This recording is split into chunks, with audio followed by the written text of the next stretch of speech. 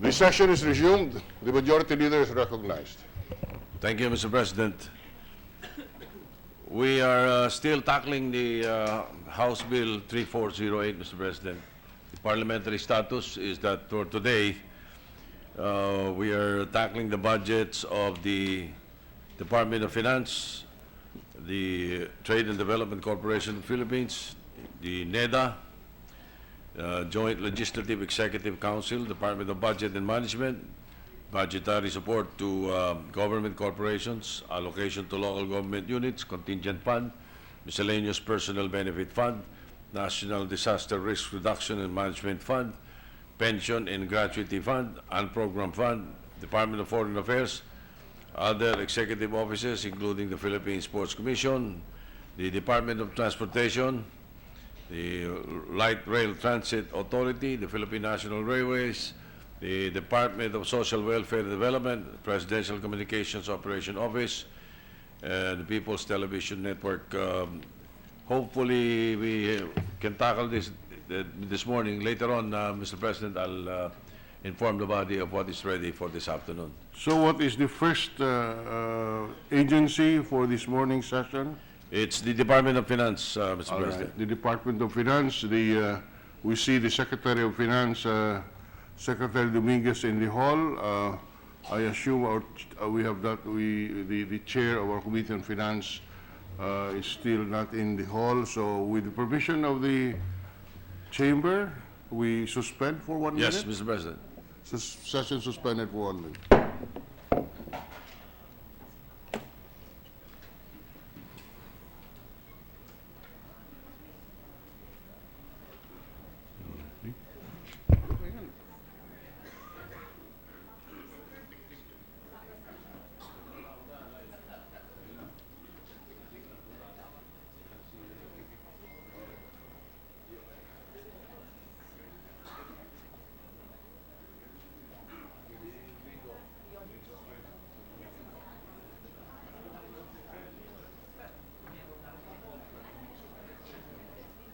Wala pa si Ralph.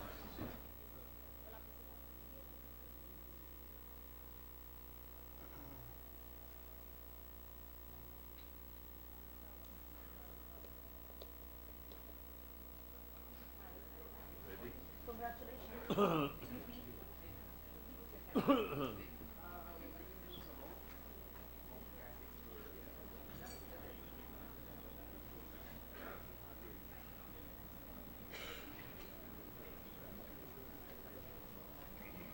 Siyalo.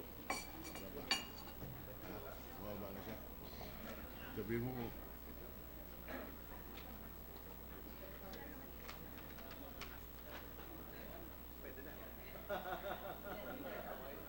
usapin mo siya, Lucy.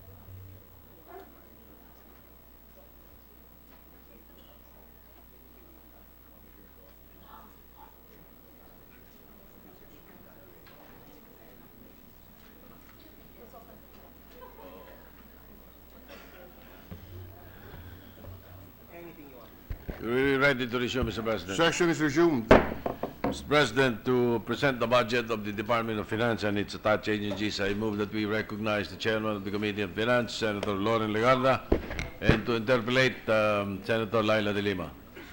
The Chair of the Committee on Finance, Senator Legarda, is recognized to present to the Chamber the budget of the Department of Finance and to avail of the period of interpellations, Senator de Lima is recognized.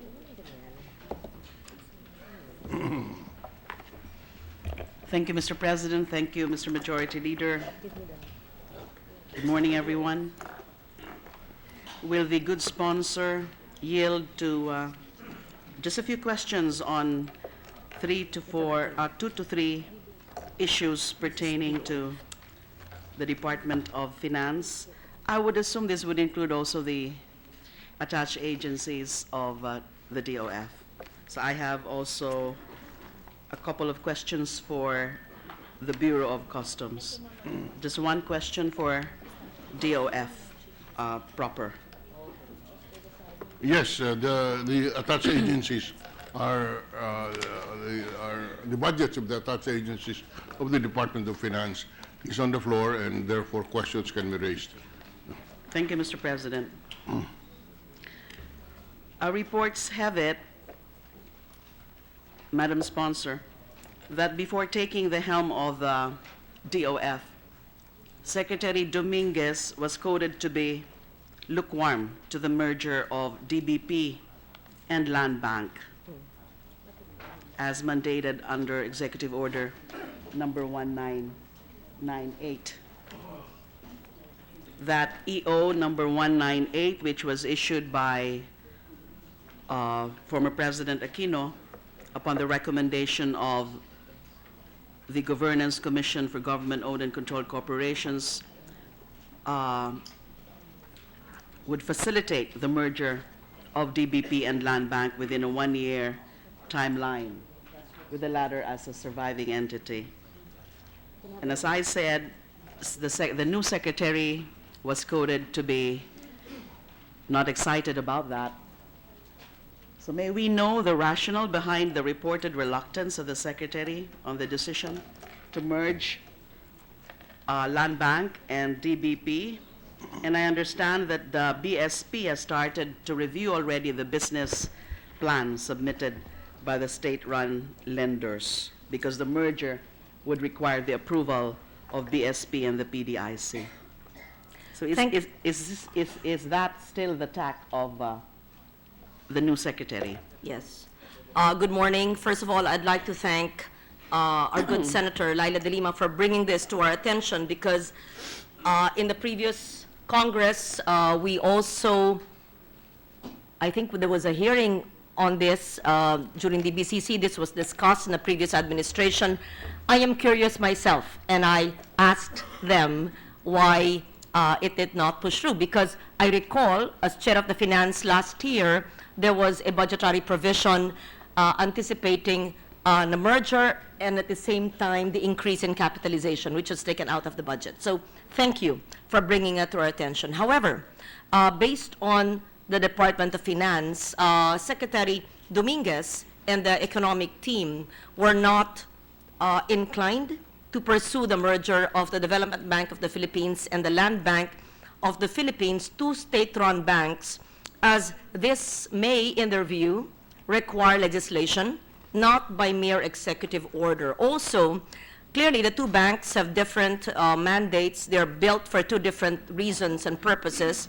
A development bank has to give long-term finance to industry, which may require a different set of skills than the short-term finance given by the Land Bank. We know that Land Bank, part of its mandate is to provide access to credit to our farmers, our fisher folks in the rural areas, and Development Bank of the Philippines would be for more long-term finance for industry. And based on those reasons, the DOF had held off the proposed merger of the two. So I take it that if a law would be passed on that, authorizing the merger of the consolidation, then the economic managers would have no objection? I guess. The if there is a executive, law. yes, the executive, of course, will have to implement the law. Will they continue to oppose that?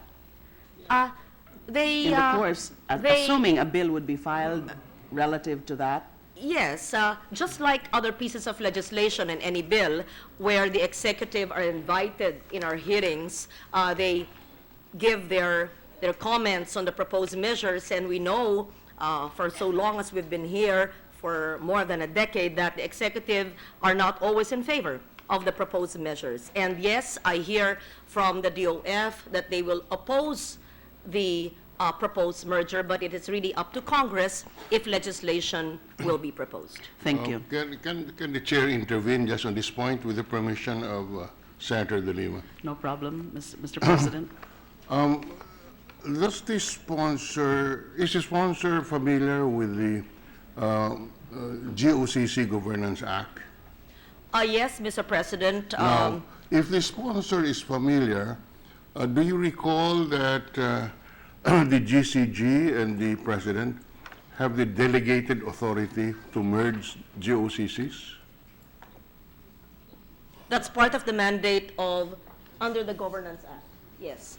No, because And you're saying that it would not need legislation and the President himself can just merge the two banks. Is that what you're trying to say? that is the law. That's what I'm trying to say. I That was is the law, informed. and Yes. because if it is the policy of this administration not to merge Land Bank and DBP, that is a policy issue which we would defer to insofar as these two government banks are concerned.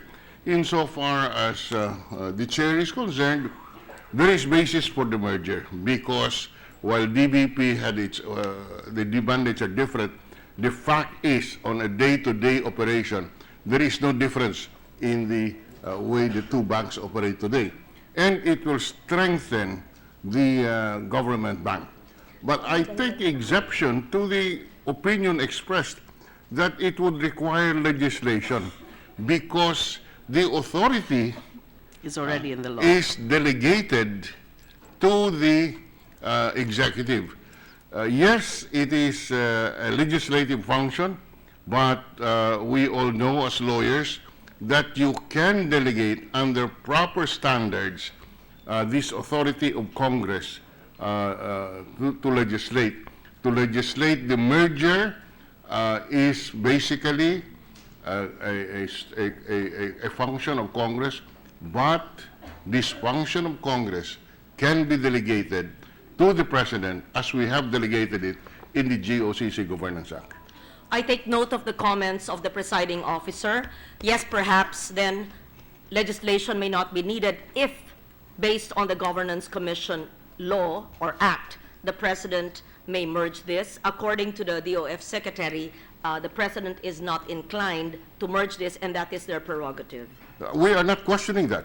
Yes. That is why we're saying if that is the policy of this administration, so be it. So what you're saying is that there is no need But it should for not- legislation. But to say that they are not going to do it because it requires legislation, to me is a legal conclusion which has no basis. Well, that was the, they did not say it was a requirement. It's a, they may require. It was one of the reasons that DOF felt.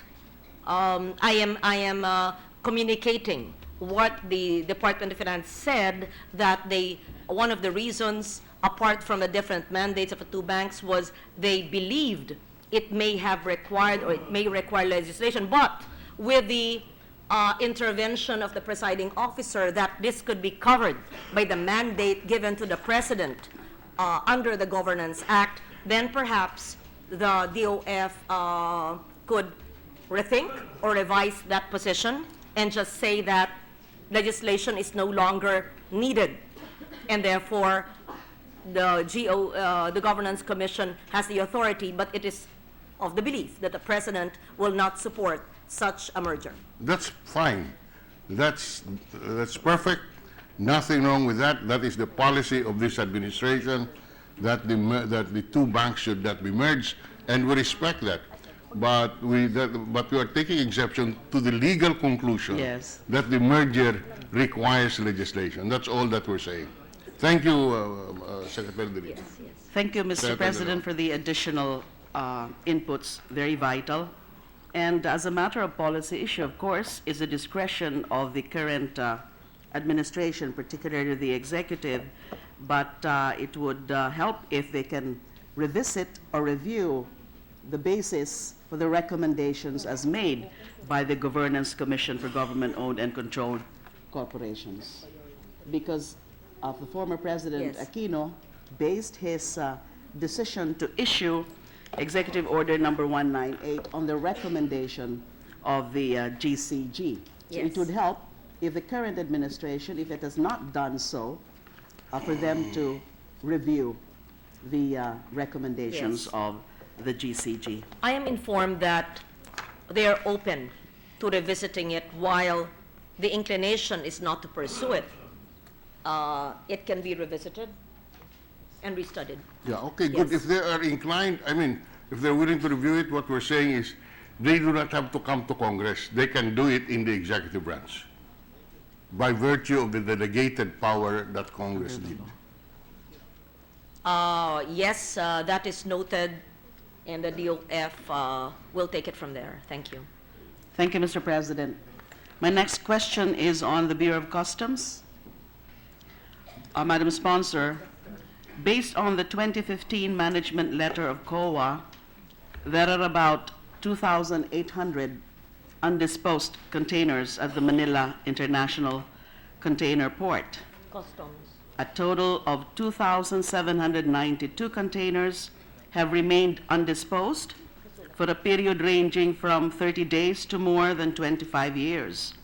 475 containers contain perishable goods, 126 with no information as to their contents, and 1,607 containers with no schedule yet for their disposal. Obviously, this delays the realization of government revenues from the sale of the containers' contents and its potential deterioration. Also, it appears that 17 containers donated to DOH, DSWD, and PRC remain unreleased, thereby defeating the purpose for which the donation was made. So I'm citing the COA Management Letter Observation number 97. Now, what does the BOC now intend to do with these undisposed overstaying containers?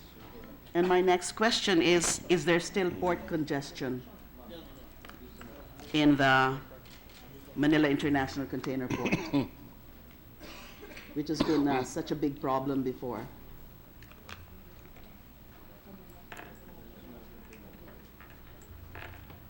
Thank you for that information.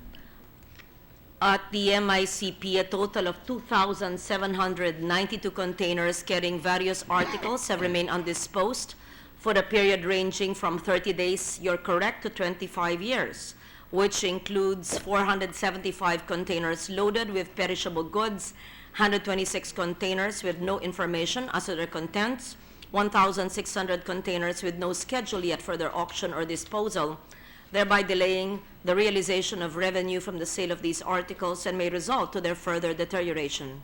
Moreover, it included 17 containers of imported articles donated to the DOH, Department of Social Welfare and Development, Philippine Red Cross, not yet released, have been with the BOC for 222 to 735 days, thus defeating the purpose for which the donation was made, notwithstanding the cargoes are considered tax exempt under Section 105 of the TCCP Volume 1. And according to the So why are they DOF, not being disposed? according to the UF, and it's very clear, they inherited this problem. It doesn't mean, however, that they are not acting on it. In fact, there have been those that have been auctioned already, and 800 still are to be auctioned, and the rest have already been auctioned. There are pending cases, there are legal issues. The others are going to be auctioned, and some have been auctioned. So, in short, action is being taken. So what's the situation of the MICP? Is there still congestion?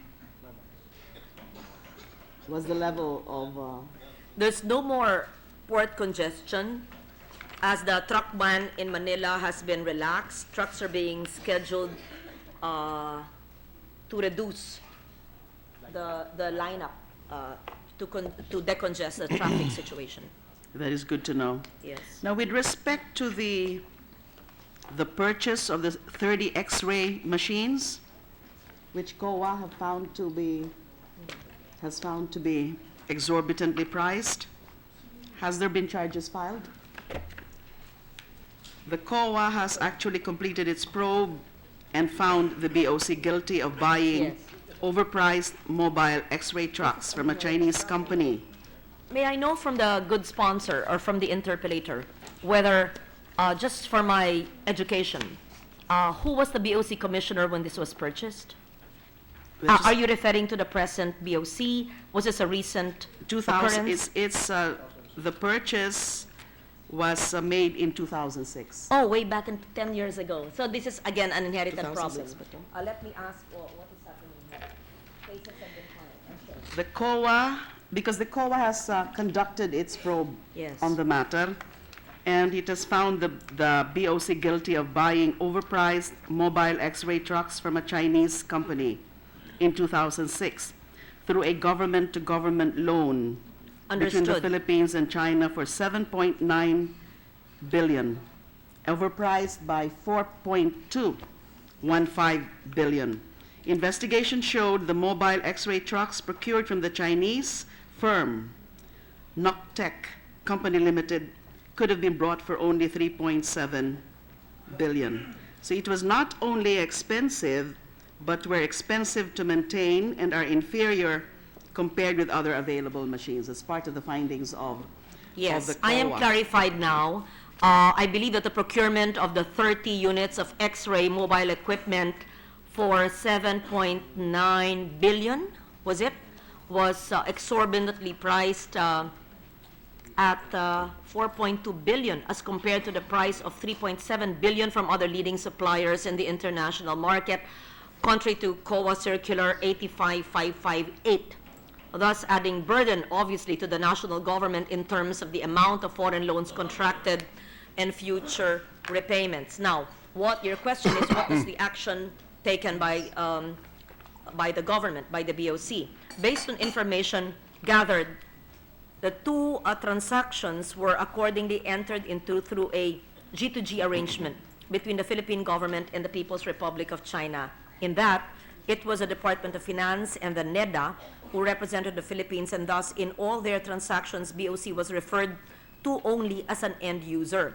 Therefore, it is suggested that the observation be addressed to NEDA and DOF, and charges have been filed.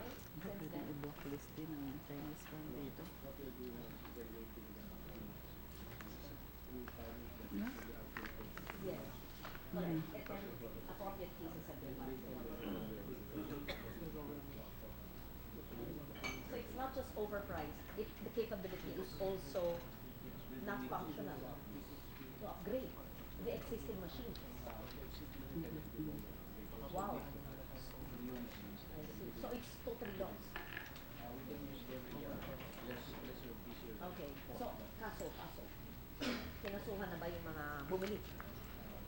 Wala pa.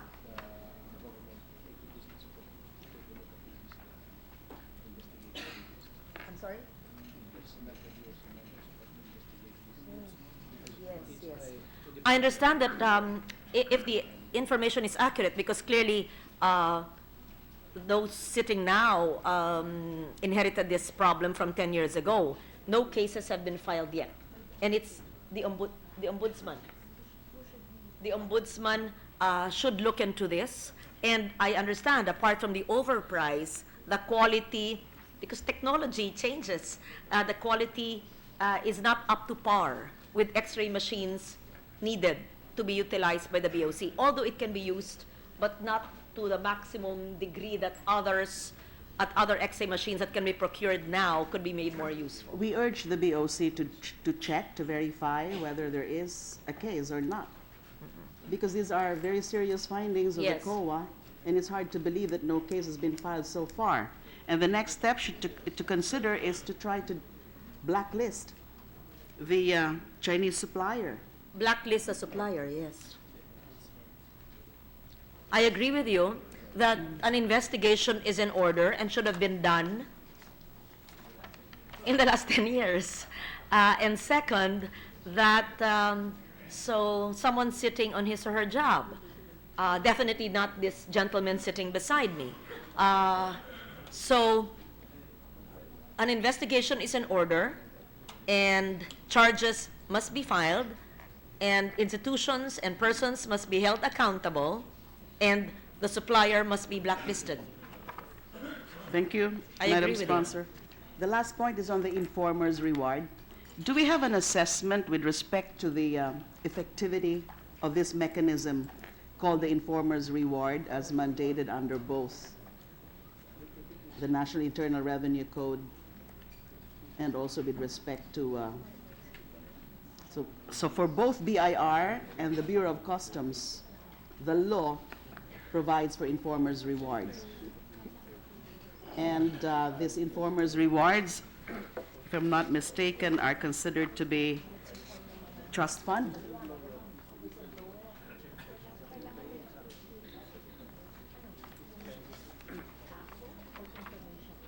And existing regulations, if not the law, require periodic submission of reports on the informer's rewards and the specific beneficiaries. Now, I need to know whether this mechanism has been really that effective in terms of stepping up or improving the collection capacities of both BIR and the BOC. That provision, I believe, is contained in the Customs Modernization Act. And I believe that the proposed rewards for the so-called whistleblowers are pending in the Office of the President, legal. Do we have the data as to how many so far have been, We can provide you, yes. and then whether in the assessment of both agencies, BIR and BOC, this is really a very effective mechanism? Or maybe which would require improvement, if not of the amount, in terms of You're referring to BIR or to BOC? both, Both. BIR and BOC. Both are pending in the Office of the President, or just the BOC? Which are pending, Madam Sponsor? The BOC. BIR and BOC are pending in the Office of the President. And what matter, Madam Sponsor, is pending before the Office of the President? What about the informer's reward? Because my question was The only for- informer's reward on the BOC is pending with the Office of the President, legal, and I believe that they can give you the information you need that you earlier requested. Is that an analysis or an assessment of the mechanism? Because my question is really on the effectiveness of that mechanism. Is that being properly done? Is that being effectively implemented? Are there problems being encountered in the operationalization or implementation of the informer's yes. rewards? Yes. The fact, Mr. President, that it is contained in the newly passed Customs Modernization Act means that it is effective, it is part of the law, and therefore being implemented. That's contained in the present law. And the informer's rewards are supposed to be approved by the Office of the President. The payments are Why are they pending. being submitted to the Office of the President? Ganun ba yun sa batas? Yeah. Oh, this is BIR. I am told that there's a list pending in the Office of the President. There are appeals, and so legal, OP Legal is looking into that. Thank you. That's all for DOF. Thank you Madam for your Sponsor. questions, which are always enlightening. Thank you. Yes, the chair has a few queries to the sponsor. Thank you.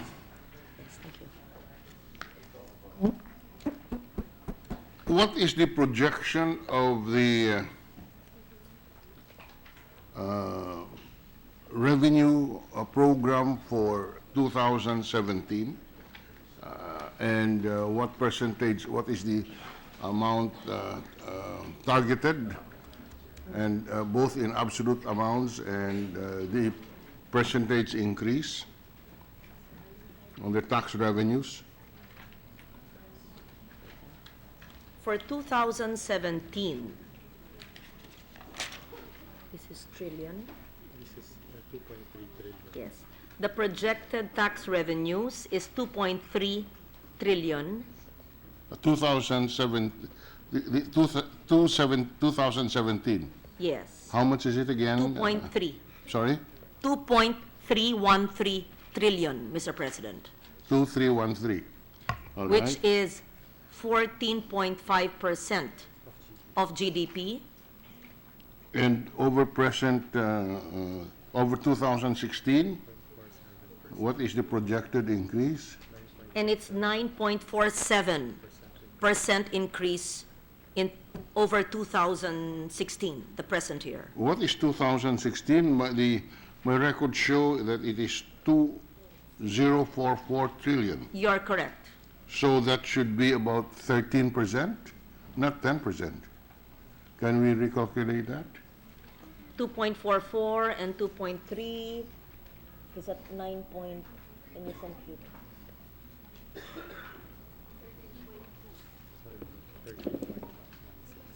Oh, I stand corrected. It's 13.16. 13.16. And in 2018, It's 2.821. it's 2,821 Yes. million, all right, billion. And this represents how many percent increase? In Over 2016. 2017? That's 16.1% of GDP, which is 21.9 increase from 2017. And over 2016, my calculation is that this represents, in 2018, a 38% increase over 2016. If your calculation is correct, yes.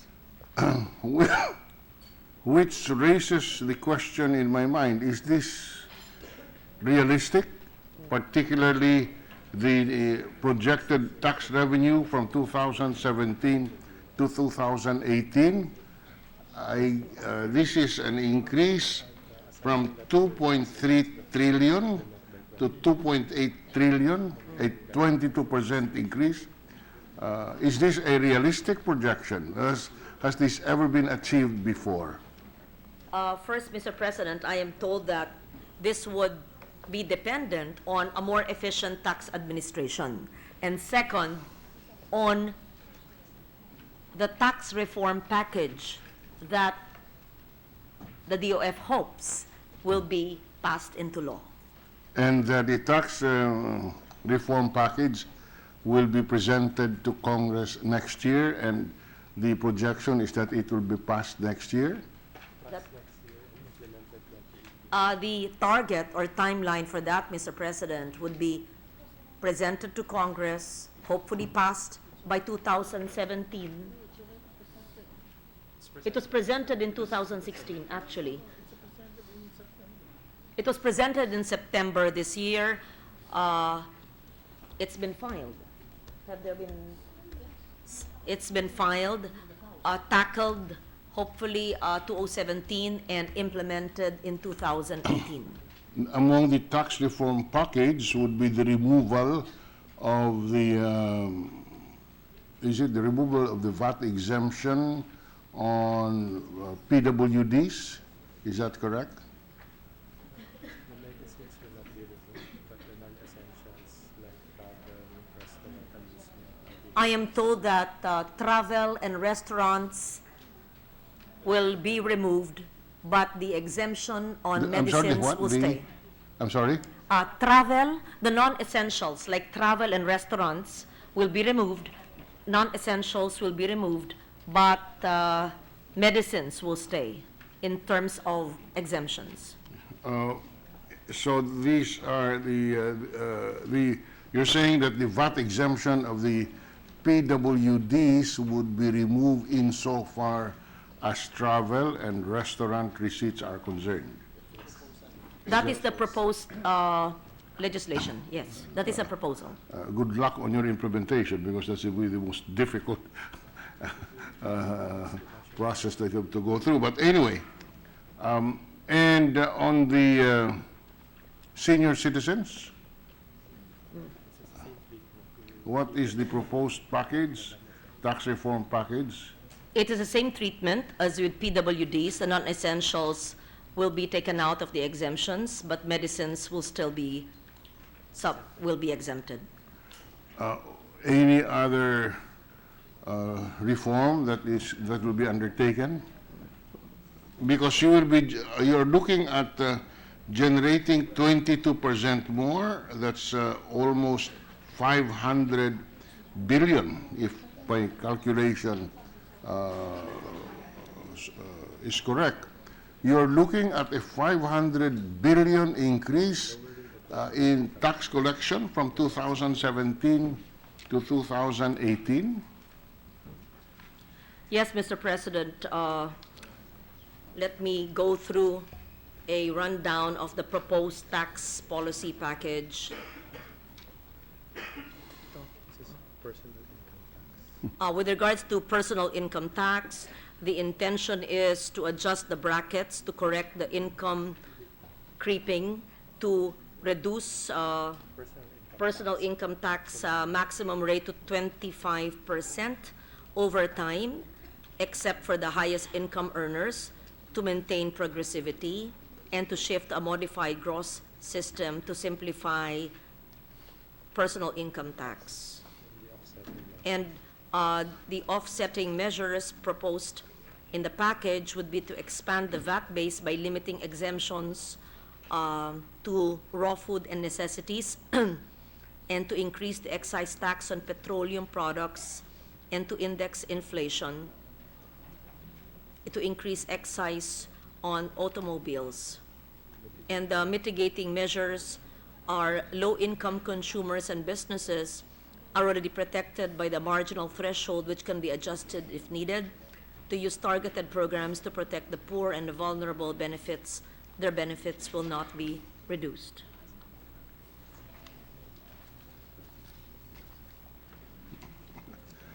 Are you through, Madam Chair? Yes, Mr. All President. right.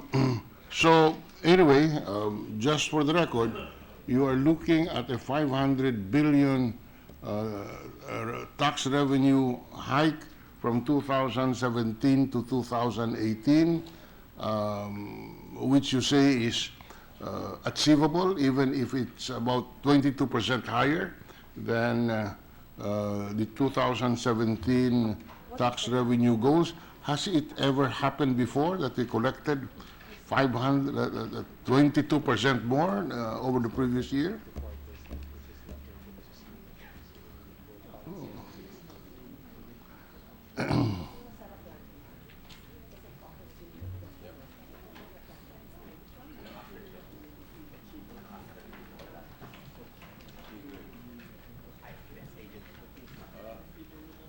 Yeah.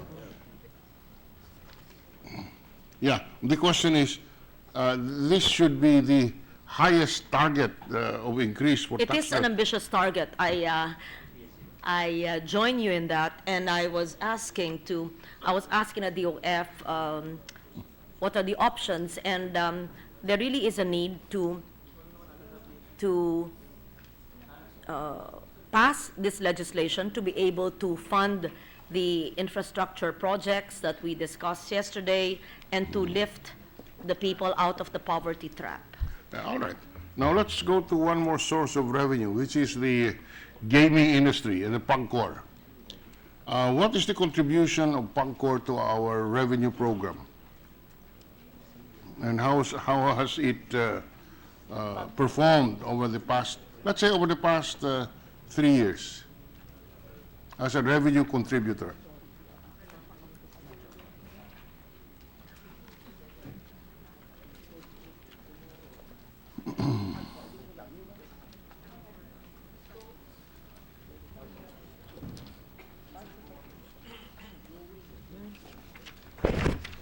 PAGCOR income. Ang haba. 2015. This is billion by the B, no? 22. As of 2015, Mr. President, PAGCOR earnings contribution to government is a total of 22,784,522,686.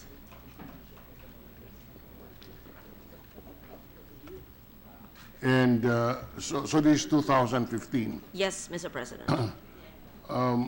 The finance secretary has been there for about 5 months. In the view of the finance secretary, can this contribution of PAGCOR be improved or maximized?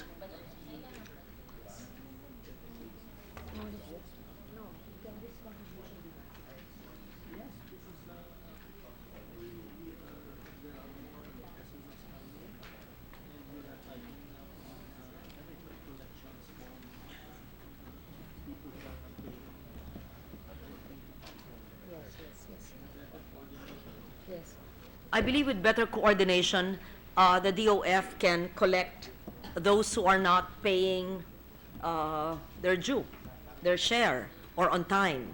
And there could be more efficient collection from PAGCOR. And with the construction of the new casinos coming in, there'll be more contributions from the gaming sector, Mr. President. Yes, those are very general reforms or steps that the department is looking at, better coordination, better monitoring. I guess the bottom question that I would like to, that this chair would like to know is, what is the view of the Department of Finance in removing the operating function of PAGCOR and limiting PAGCOR to simply licensing,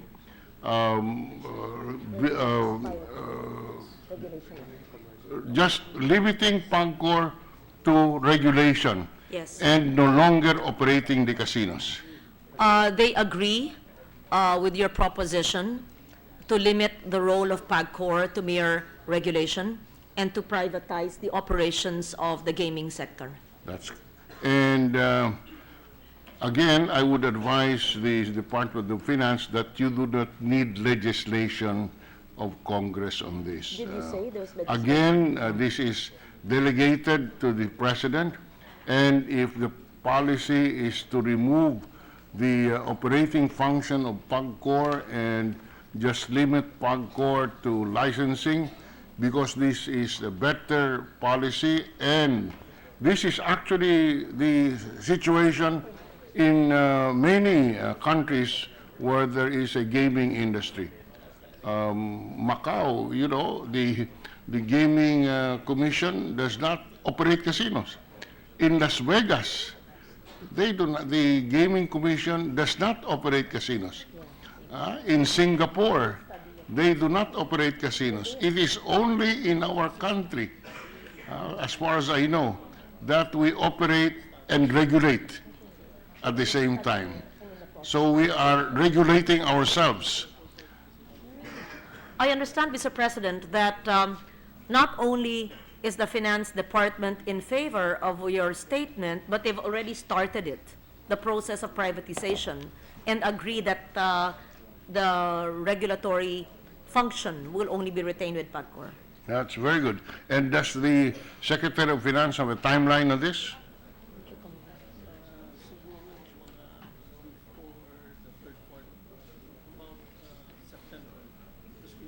Yes.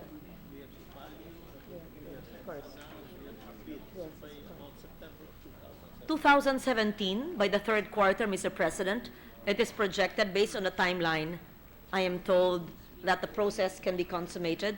This, of course, there would be study and bidding, evaluation, and by September, hopefully that could be accomplished. What is the expected revenue that can be generated out of bidding the existing PAGCOR outlets, or It would be difficult to Difficult give at that this now point? because Yeah. evaluation is still going to be done. Yes, and Still but being I done. assume there will be a substantial improvement in our revenue stream from PAGCOR once it is privatized. Yes, Mr. President. What about Philippine Charity Sweepstakes Office? PCSO.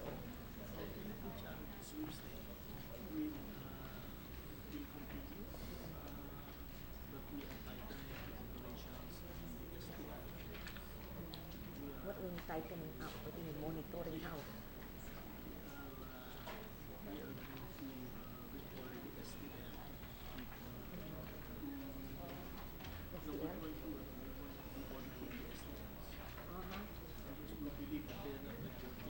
Okay, yes. Well, as to the PCSO, Mr. President, I am informed that there will be stricter monitoring and an audit of the STL will be done because it is the belief of the DOF that not all earnings from STL are actually being remitted to the PCSO. They have not been totally transparent, and therefore an audit is in order, which is being done or will be done? It's going to be done soon. Yeah, what, you know, all this monitoring will not be necessary. The audit, Mr. President. Audit will not be necessary if you privatize it, just price it properly, franchise Are you fees likely to being privatize? paid, and you don't have to spend a lot of time and effort in trying to monitor whether appropriate fees are being paid. Yeah. I don't think that there's any plan to privatize PCSO, but they believe that through the audit, they would generate more revenues. Okay, we leave it as that, and let me put on record that by this time next year, this chair will be asking about the status of the privatization of Of PAGCOR. PAGCOR, yes. Because that one is really something that can provide us a lot of benefits, not only in terms of additional revenue, but in terms of transparency by privatizing the casino operations, bidding out the licenses in those areas. This representation on a personal plane is interested in having this pursued. I think it's good for government, and I'm glad, and I'll take note of the policy statements of the Department of Finance in today's hearings, sessions, and we will take it up again next year. And we do hope that the Department of Finance can regularly update us on the status of this. Yes, Mr. President, I informed the DOF that I will have to defend their budget next year, and they intend to have it privatized by then. Yes, same time next year. Thank you, Madam Chair. Yeah, I love Mr. President. Majority Leader. Mr. President, for the next interpellator, may we recognize Senator Gregorio Honasan? Senator Honasan is recognized. PAGCOR. Ayan, bilhin mo. Thank you, Mr. President. Ay, si bodyguard, magtatanong pa. Madam Chair, good morning. Good morning, Mr. President, Senator Honasan. Before I start, the interventions will be very brief. To lighten this morning, the majority floor leader, and I agree with these observations, would shy as he is. The majority floor leader is a very shy person. Ask me to convey to you that you are looking lovely and radiant this morning, despite the grueling interpellations yesterday. Well, thank you for that, Mr. President. Is that your premise to a very difficult interpellation? No, Madam Chair. In fact, this will be painless. Okay, thank you.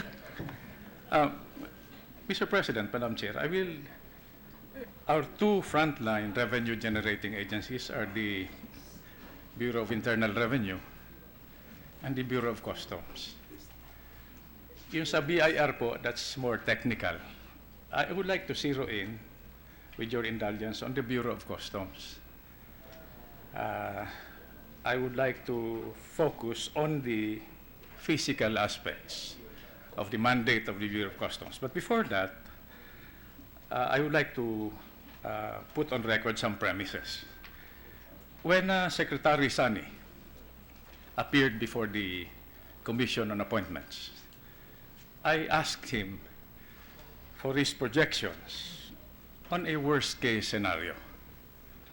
I asked this also from the security sector. His reply, which I did not pursue anymore, and I would like to avail of this opportunity to ask for an amplification of this, is that in a worst economic case scenario, we will survive at a cost. We have to be willing to pay the price. No? And he attributed it to one very interesting observation. He said that we will survive because our fundamentals are sound and solid for our education. Can we ask for an elaboration or an amplification, please? What exactly does survival in terms of solid, sound economic fundamentals mean? Basic. In short, our basic economic fundamentals.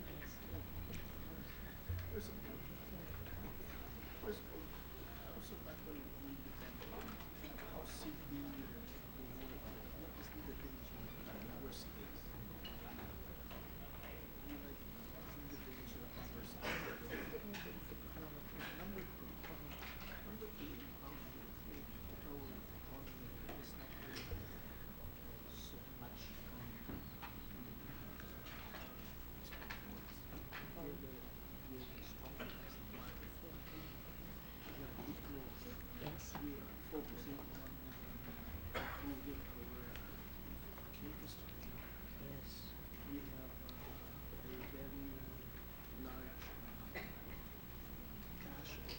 Yes. Reserves. Mr. President, thank you for that. First of all, according to the Secretary, yes, he made those statements, and those statements are based on certain basic facts. First, our growth statistics are good. We have a 6 to 7% growth target. We have stable macroeconomic fundamentals, and our growth as a nation is not solely dependent on our export sector. We have curbed inflation. Our present year's inflation is, our target is 2 to 4%, but present year inflation is 1.8%. Our debt to GDP ratio is 43% and declining, and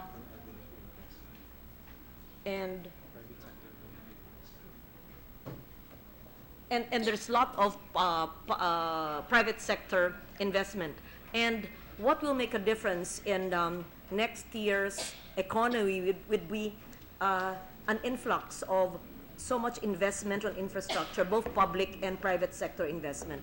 And so with a 5.4% of GDP investment on infrastructure spending, and as we know, infrastructure spending, construction has a multiplier effect, this will generate jobs. I understand that we will create at least 1 million jobs of the 2 million jobs projected for 2017 just from the construction sector alone.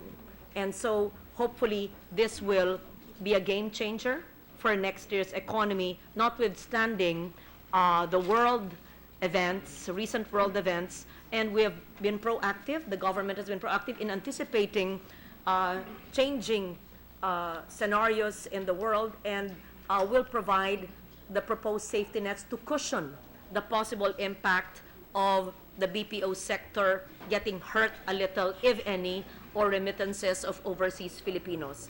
So while global prospects are becoming a bit uncertain, that is why we need to grab this window of opportunity of strong macro fundamentals to build a fiscal buffer to prepare for the stormy days. So we had anticipated this. The macroeconomic assumption was 45 to 48. But we know that the peso has slipped to 49.20 the other day. I didn't monitor it today. But when you think about it, a depreciation of the peso is actually favorable to us, because for every 1 peso depreciation of the peso to the US dollar, we actually gain 9.2 billion pesos from customs, duties, and taxes, but minus the 2 billion that we lose because of our dollar-denominated debts that we are servicing. 9.2 minus 2 billion, we have a net of 7.2 billion revenues from every peso depreciation to the US dollar. And exports, of course, as you know, will also benefit from a depreciation of the peso, the BPO sector, and of course the remittances of our overseas Filipino workers and migrants that run to around 25 billion pesos. Thank you, Mr. President, Madam Chair. Madam Chair, historically, I used to think that when I ask different sectors, including hardened businessmen, they were telling me that this country is so blessed, that all we need to do was to wake up every morning and continue breathing. Our economy is growing from 7 to 8%. So I thought that it was an act of God. But, so Madam President, Mr. President, Madam Chair, this is pala deliberate. Our fundamentals are solid, and you have just enumerated the factors. Also, have we incorporated already into our economic policy planning the elements that are required, the core components, namely continuity, sustainability, and some modicum of policy predictability? Is that an accurate statement? Continuity.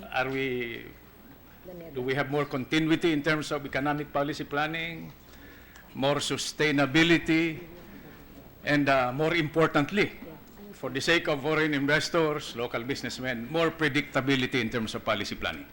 Is that a fair statement? Yes, Mr. President. In fact, I'm glad you mentioned about continuity, because it was one of our colleagues who mentioned yesterday that, I think it was Senator Recto, who correctly said, that our planning should not be just planning a budget for 12 months for 2017. It should also not just be planning for the Duterte administration, which is for 6 years. It should be planning for the long term. And that is why we had launched yesterday the Ambition Natin 2040, which is planning for our sustainable economic growth for the next 25 years, till 2040. If I may.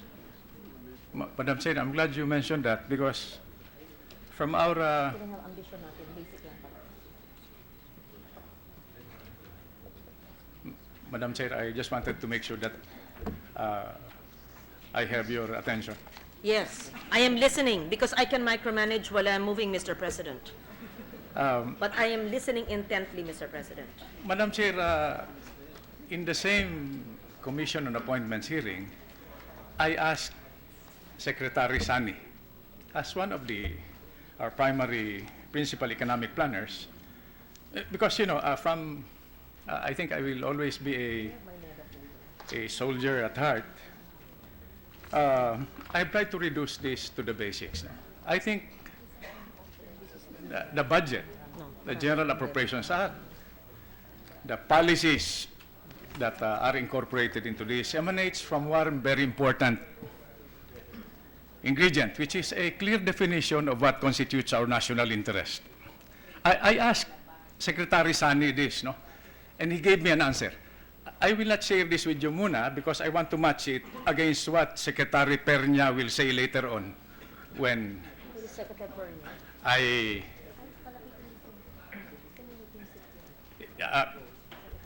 will reserve that for the intervention I plan to raise during the NEDA portion. So, Madam Chair, I know this is something very close to your heart. What about human resources development as a function of economic policy planning? What is the direct or indirect correlation para I can put this in perspective? That's a very good question, Mr. President, because our human resource is our most potent and most important resource. Our people, the 104 million Filipinos, our children, our families, yes, in the rural and urban areas. Yes, Mr. President. In fact, the social services sector is well taken care of. Can we have the figures of the increase in social services of the total budget?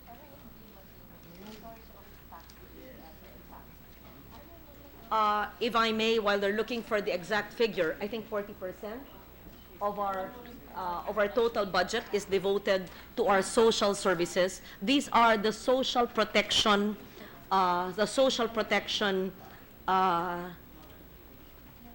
measures being undertaken. And just to give you some idea of what we have done in next year's budget, which is a budget for real change, is we're taking care to the best of our ability with our limited resources on our people. What do I mean? Our farmers who have been paying for irrigation to irrigate their lands all this while. And so we are providing 2 billion pesos to the National Irrigation Administration so that the farmers no longer have to pay for their irrigation. Second, Mr. President, our invisible, informal sector, the 8 million poorest of the poor, when they enter our hospital, they will be turned away because they don't have a PhilHealth card. Based on next year's budget, Mr. President, PhilHealth would have an additional 3 billion pesos to be able to take care of the poorest of the poor, the invisible informal sector, whether in specialty hospitals or in local government, provincial, regional hospitals, as long as they are PhilHealth accredited and state-owned, that at point of care, a poor Filipino, child or woman, farmer or urban dweller, should not be turned away and should be, the hospital should bill it to PhilHealth, and they have the funds for that. So as we take care of their health, we're also taking care of the irrigation. We must also take care of the souls and minds of the youth of our country, and that is why we have provided under the state universities and colleges the scholarships for those taking care, for those taking up the courses on science, technology, mathematics, and agri-fisheries. These are just some of the budget interventions we are doing so that 2017 hopefully will be the beginning of a real change in our country, of taking care of the poorest of the poor. Human development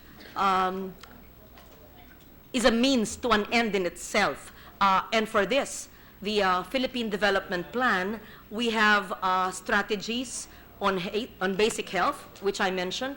Of course, the full and effective implementation of the reproductive health is also supported.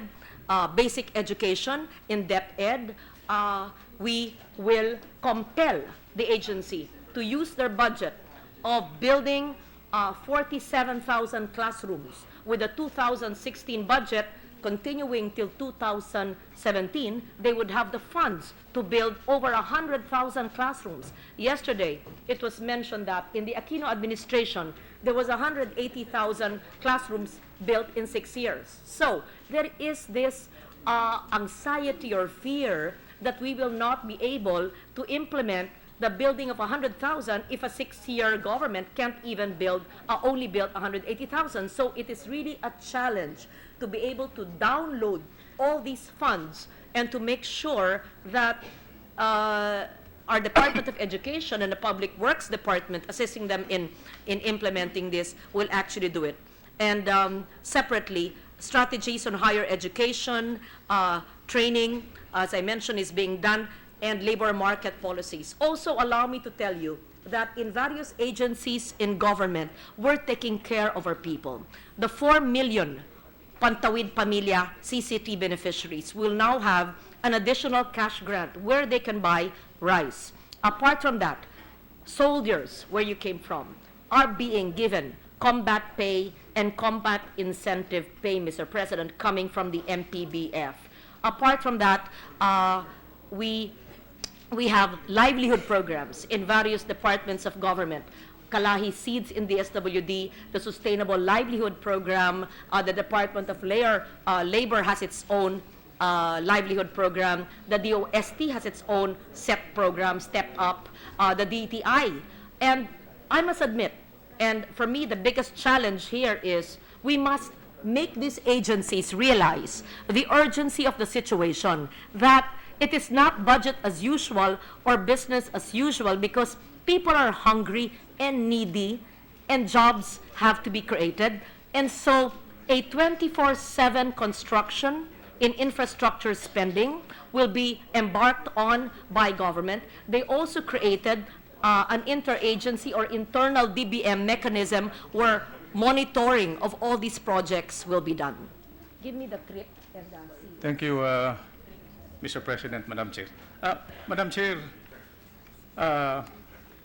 this is not a trick question. I tried to give you a hint already. From where you sit, as part of this collegial and consensual chamber, what is our most precious, strategic, and renewable resource? From where all policy directions must emanate? Mr. President, our people, our human resource is our most valuable resource, Mr. President. Well, I have a slight disagreement. I think it is our children. That's mean. That includes our children. Yes. When I say our people, I'm referring to our families, our children, the next generation. That is the reason why I've embraced the issue of environment and climate change as my lifelong advocacy, because we cannot leave them parched earth. We cannot leave them polluted bays and waters. We cannot leave them bald mountains. We cannot leave them air quality where we will have to cough and suffer pulmonary diseases. Yes, I agree with you, all children. When I said our people, that's a very general statement which includes all of us. Yes, our families, our children.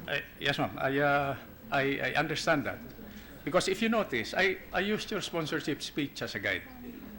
This goes beyond the numbers, the quantitative and qualitative information that goes into budget deliberations and policy planning. Now, Madam Chair, before I go to the Bureau of Customs, I think our job, not only as this generation of senators, no, is to develop policy, long-term policy, so that we can make our next generation of leaders and citizens smarter, healthier, stronger, happier, and safer. You dovetail from there. No?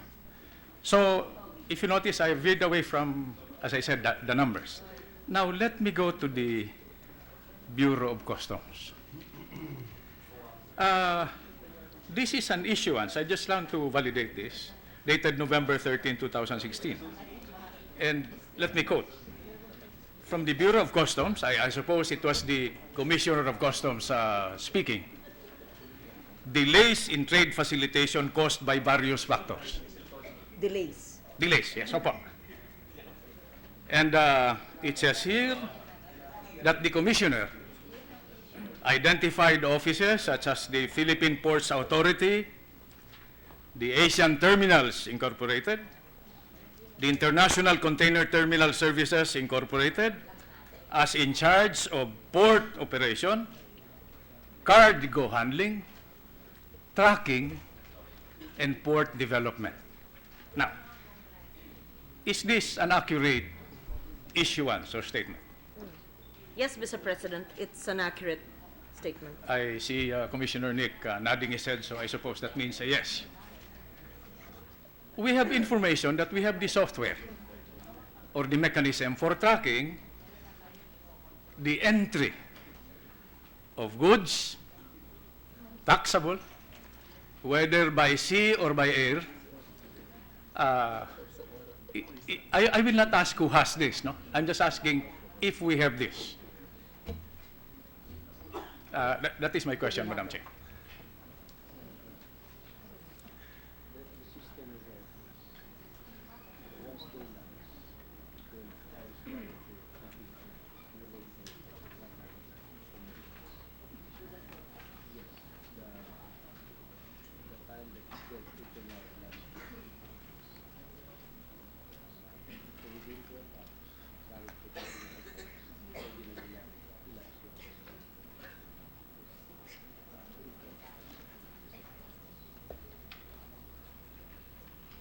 according to the Bureau of Customs, Mr. President, as soon as the goods land in our ports, within 12 hours, the importers or the shippers may lodge the information in their computers?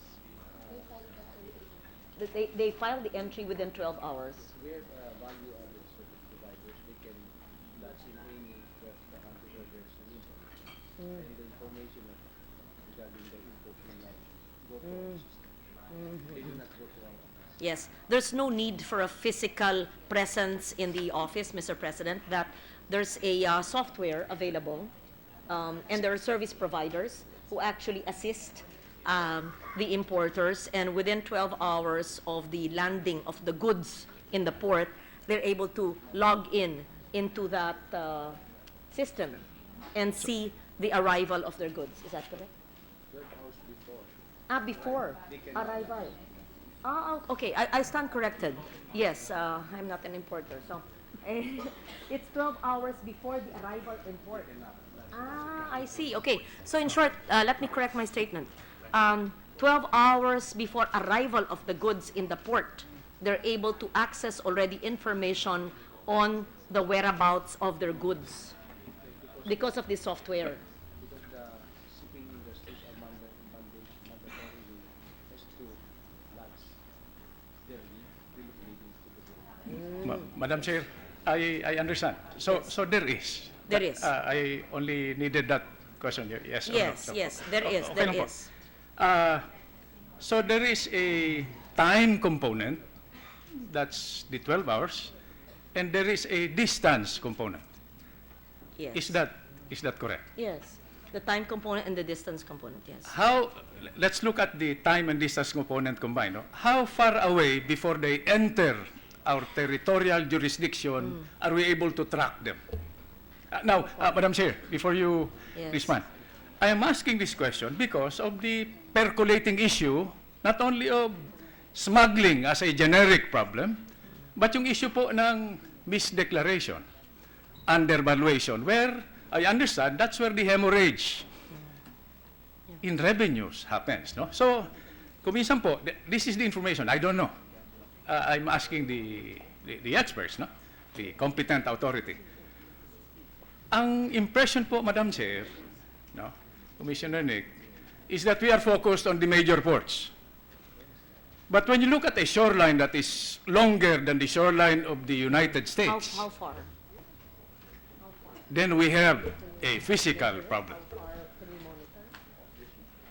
Recently, we had a system installed that can monitor all 500 tons and bigger ships worldwide. We are subscribing this to, Wherever they are in the world. I think we are the only one in the country that has this type of system. It's a software. Yeah, this was internally transmitted. Oh. I'm told, are you certain you have that? We have a software where we can monitor all 500 tonners, wherever they are around the world. Ma'am, you're talking, Madam Chair, So- you're talking about the ship. The ship. What about the container vans? What about the contents? The container vans? Wala. inside? That is what we explained about. Well, 12 hours, in terms of time, it's 12 hours prior to arrival. What he's asking is distance. How many How far? miles or nautical miles away? No. It's distance. Doesn't matter because It's the time element. description of the containers already in their bill of lading. The Yes, description, by the yes. way, Madam Chair, please communicate this to Commissioner Nico. There is no right or wrong answer. I'm just raising these issues So that's for education. para we can match this against the appropriation. Now, I will be satisfied with that, but let's go to the X-ray machines. So, naglanding na. What is the capacity of our existent X-ray machines to 8% 8% of, the total 12,000 to 10,000 containers arriving daily. We can only x-ray 8%. how many thousands are arriving there? 10,000 containers. Only 8% of the 10,000 containers arriving daily can be monitored via our X-ray machines. can be X-rayed. That's the capacity. Yes, of Madam the Chair. X-ray. So consequently, is there any provision in the budget of the BOC that seeks to improve this capability? Wala. Meron tayong provision for capital outlay? Wala. Uh,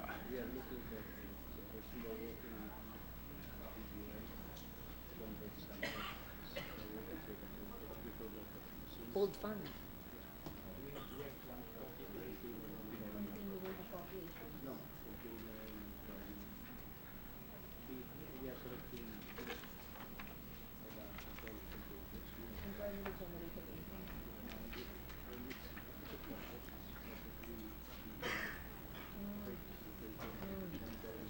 According to the BOC, there is no provision in next year's budget, Mr. President, but they have funds allocated, and they're working with DBM for the use of those funds to purchase additional X-ray machines. This is internally generated income.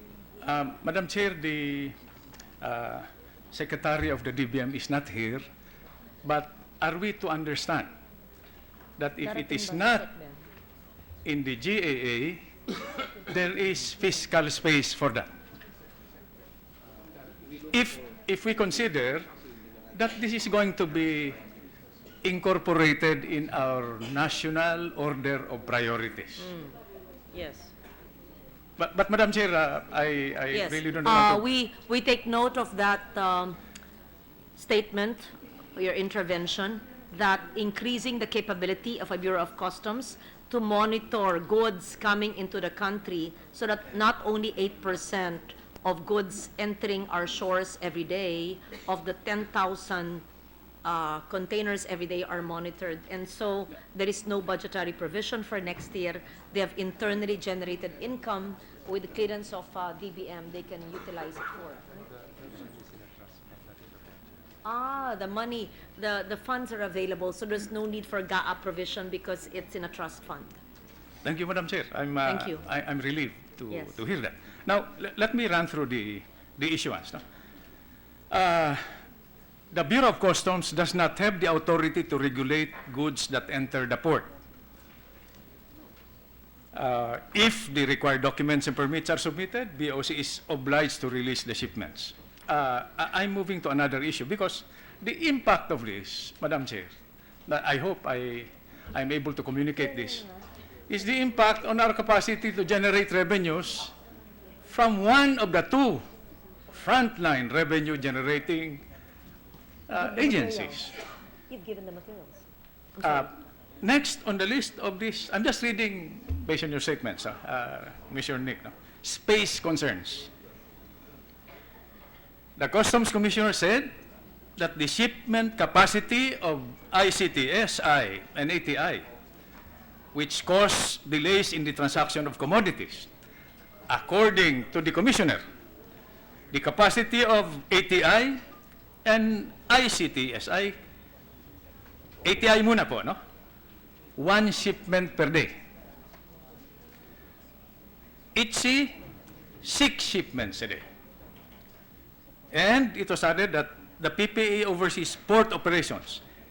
But at the bottom of this issuance is, Madam Chair, I was going to ask, would you be offended if I ask you to sit down? You beat me to it again.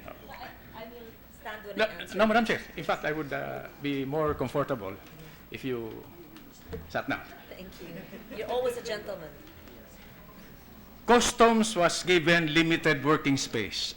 May I ask, through you, the Commissioner, what exactly does this mean? Limited working space.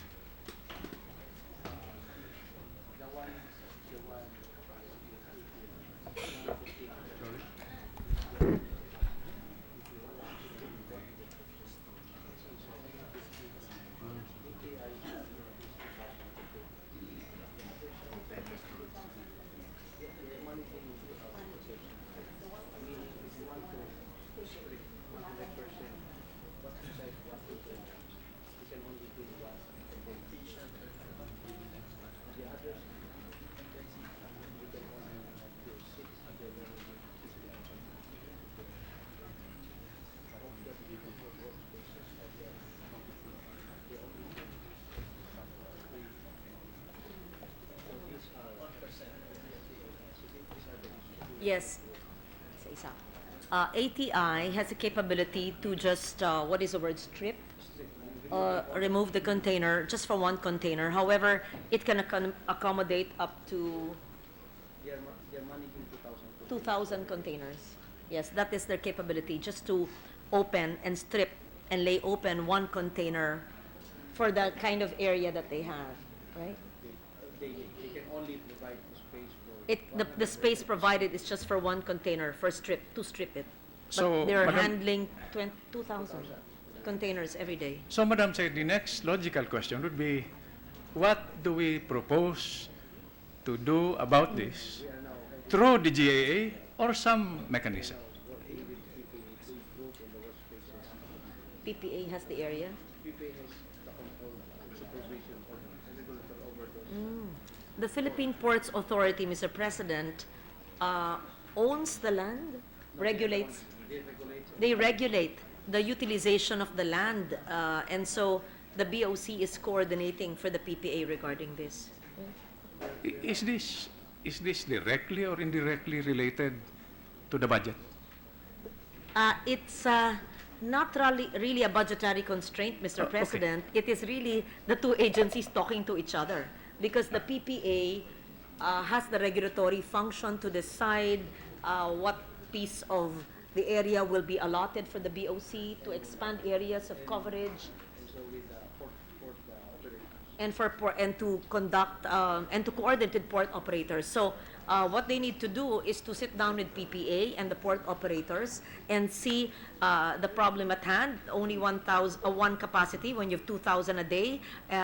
Where are the lands available, which is owned by PPA, which is privately owned, and then decide up to what extent PPA can give, or the private port operators, and then move from there. So to me, it's really coordinating. They should just coordinate. It's not a budgetary issue. I don't intend to push that issue further, but does it need a budgetary intervention to strengthen that coordinating mechanism? No. Okay. They don't need the funds, I'm- and they have the funds for other matters in the trust fund. They just need to sit down with PPA. Thank you, Madam Chair. Second to the last point, the issue of lack of legislation was raised. Let me read. Customs has no power and control of the PPA. We have discussed that already. The demurrage and other penalties due to delay in loading or unloading may only be removed through an executive order. Has this developed some traction? Are there proposals for an executive order to remedy this?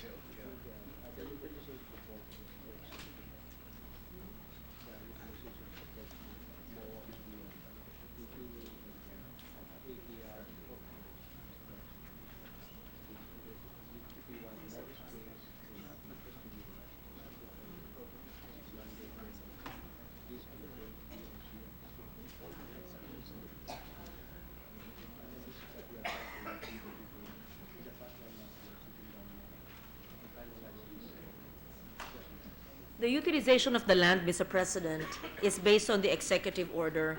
And again, all it needs is not budgetary provision for us, but for them to coordinate with PPA, which can allocate a bigger space for them. Thank you, Madam Chair. And they have actually been doing it for the past month. Opo, I understand. The Commissioner also wants to pursue a national single window, wherein 54 regulatory offices that facilitate trade will work into one window system. I will not ask for the list now of the 54 regulatory offices. What I would like to ask in broad strokes is, what exactly is the legislation that is required to streamline and correct this?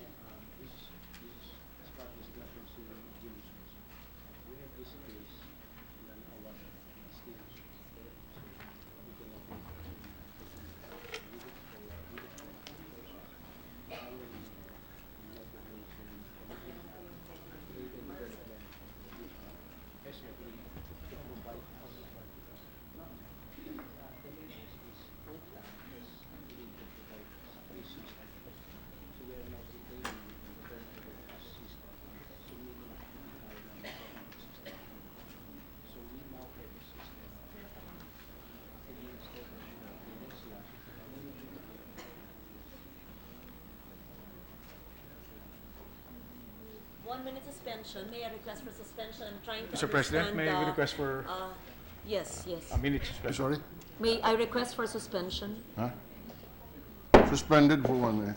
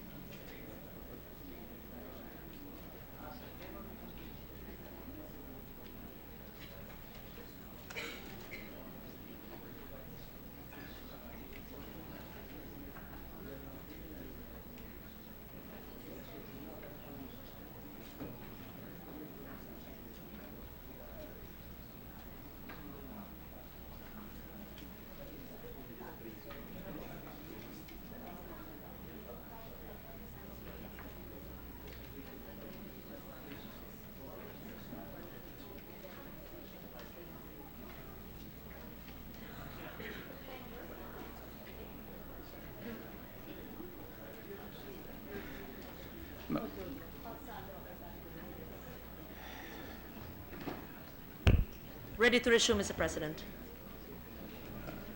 Madam Chair, I think the presiding officer is disposed.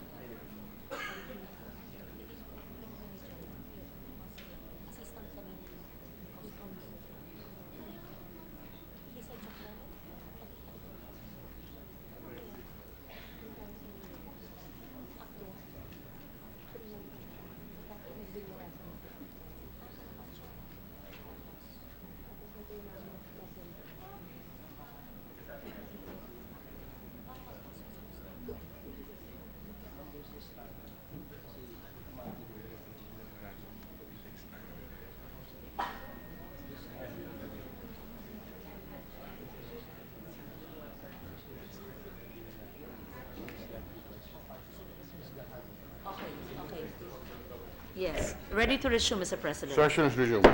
I thank the good sponsor for his very difficult questions because they are not within my area of advocacy or not even in my committee. So I've learned so much from your questions today. As to your last question on the national single window, whether we should require all regulatory offices to participate in the NSW, the answer is yes. Because according to the Bureau of Customs chief, that is the most difficult thing to do, to get all these regulatory offices to participate in the NSW. He has also informed us that the UNCTAD is helping the Philippine government so that no funds will be coming from our own funds, and instead they will help us facilitate in the implementation of the NSW. But more information, technical in nature, will be given to your office, Mr. President. Madam Chair, thank you. I would strongly recommend that it be given to every senator To every senator.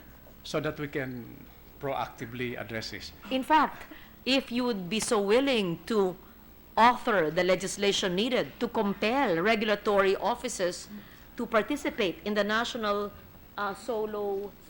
single window, then that would be most helpful. With your permission, Madam Chair, I have no problem with that. But I was going to say that I had another question, but you said that was my last question. And you're a good soldier. You follow a general. Yes, Madam Chair. No, you're allowed to ask one more Madam Chair, question. having said that, let me get something off my chest. Our economic planners are here. The NEDA is here. The NEDA is the highest authority for economic development planning, where no less than the President, I think, sits. Madam Chair, I'm not an apologist for the President. But I would caution strongly, I'm even talking about myself here, no? Against prematurely reacting to statements. Because from my own limited observation, no, I have not heard anybody comment about what is wrong with an independent foreign policy. I have not heard anybody comment about what is wrong with an independent economic policy. I have not heard anybody comment about what is wrong with a self-reliant security policy. What I have heard, basically through media, comments from as far as the EU, the UN, the criminal courts, are comments on the President's vocabulary. So I just want to put this in perspective. This is where it happens. The budget deliberations is where we put our money where our mouth is. I feel very strongly about this because there is nothing wrong with the debate. I mean, there's no law against expressing an opinion as we compete in the free market of vision, ideas, and leadership. No? But I think we should stay the course, keep faith, and focus on the real problems of the nation. And with that, I would like to thank you for your indulgence and your patience. I thank you for that very profound closing statement, which I wholeheartedly agree with. Yes, amid the unnecessary critiques or noise based on a different vocabulary of a president who comes from Mindanao, probably the world misunderstands the context sometimes in which it is said, but we must stay the course, as you say, and focus on the issues that matter. And those are the issues which we are discussing today. So thank you, Mr. Thank you, President. Mr. President. Thank you. Mr. President, may you recognize now Senator Ralph Recto. Senator Rector is recognized. Minority Leader.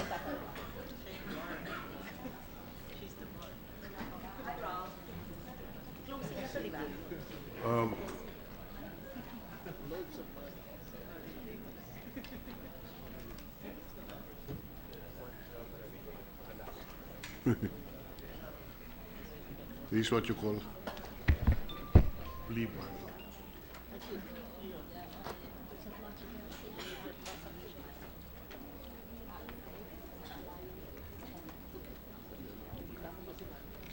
Session suspended with the permission of the chair.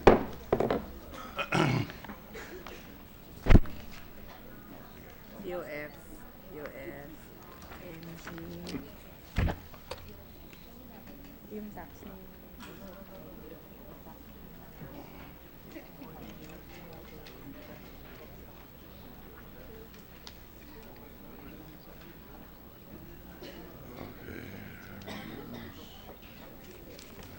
Q&A nito.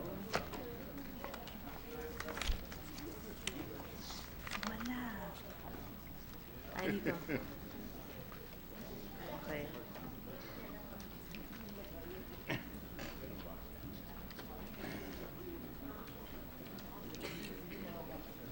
May copy.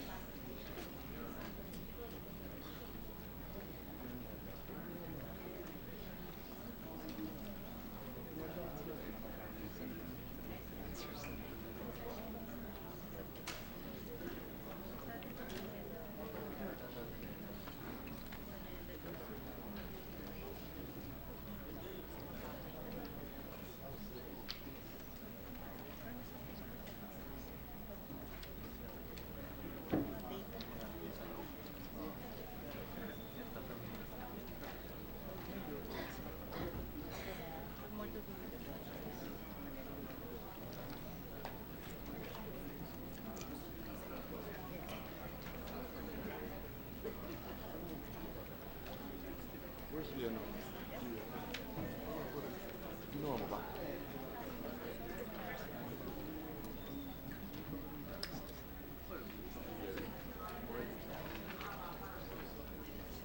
Okay. Segment. Sige, now revenues again, Ano? Si... Sorry na lang si...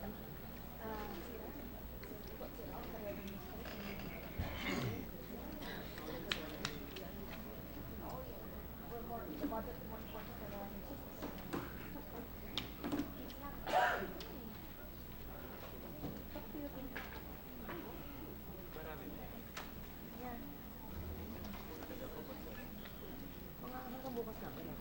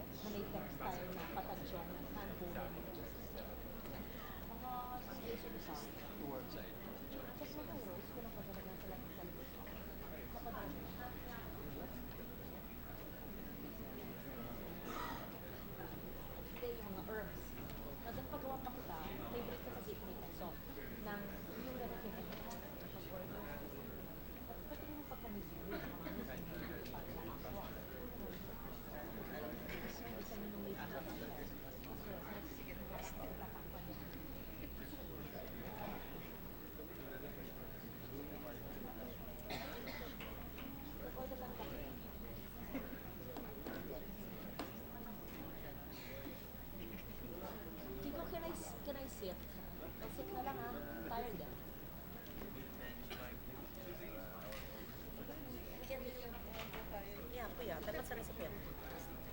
Hasta man copy to tell Yoli. Ako masakit ko yung aking likod. Beside you, so I can copy from your notes. Agree, basically. Session is resumed. Senator Kapedira. Francis Pangilinan is recognized. Yes. Yes, Mr. President, after conferring with Senators Recto and the chairperson of the Committee on Finance, I have a few questions on general principles, and I'd like to thank the good lady senator for acceding to this request, and of course Senators Recto and the Majority Leader. Mr. President, my concern as chairman of the Committee on Agriculture and Food is the general principles on and the thrusts on agriculture of this administration.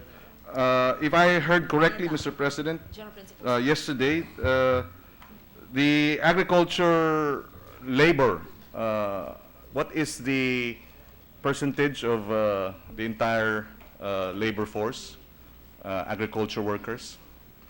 Some of the data that I have is 34% are directly employed by agriculture. 30% of our population. Mr. President, 30% of the labor force Is directly. are agricultural workers, Mr. President. So 30% according to the our economic team. Yes. Of the, how much of the agriculture sector, or how much are indirectly employed by the agriculture sector? By indirectly, we mean perhaps post-harvest, milling, processing. Would we have the data? You have it? No. Because according to the international... Mr. President, Yes. can we submit the data? It's Yes. not available with NEDA. You're asking for those indirectly employed through agriculture. I don't want to invent. Yes. I have to make sure that they Yes. submit it by today. Can you have it? By tomorrow.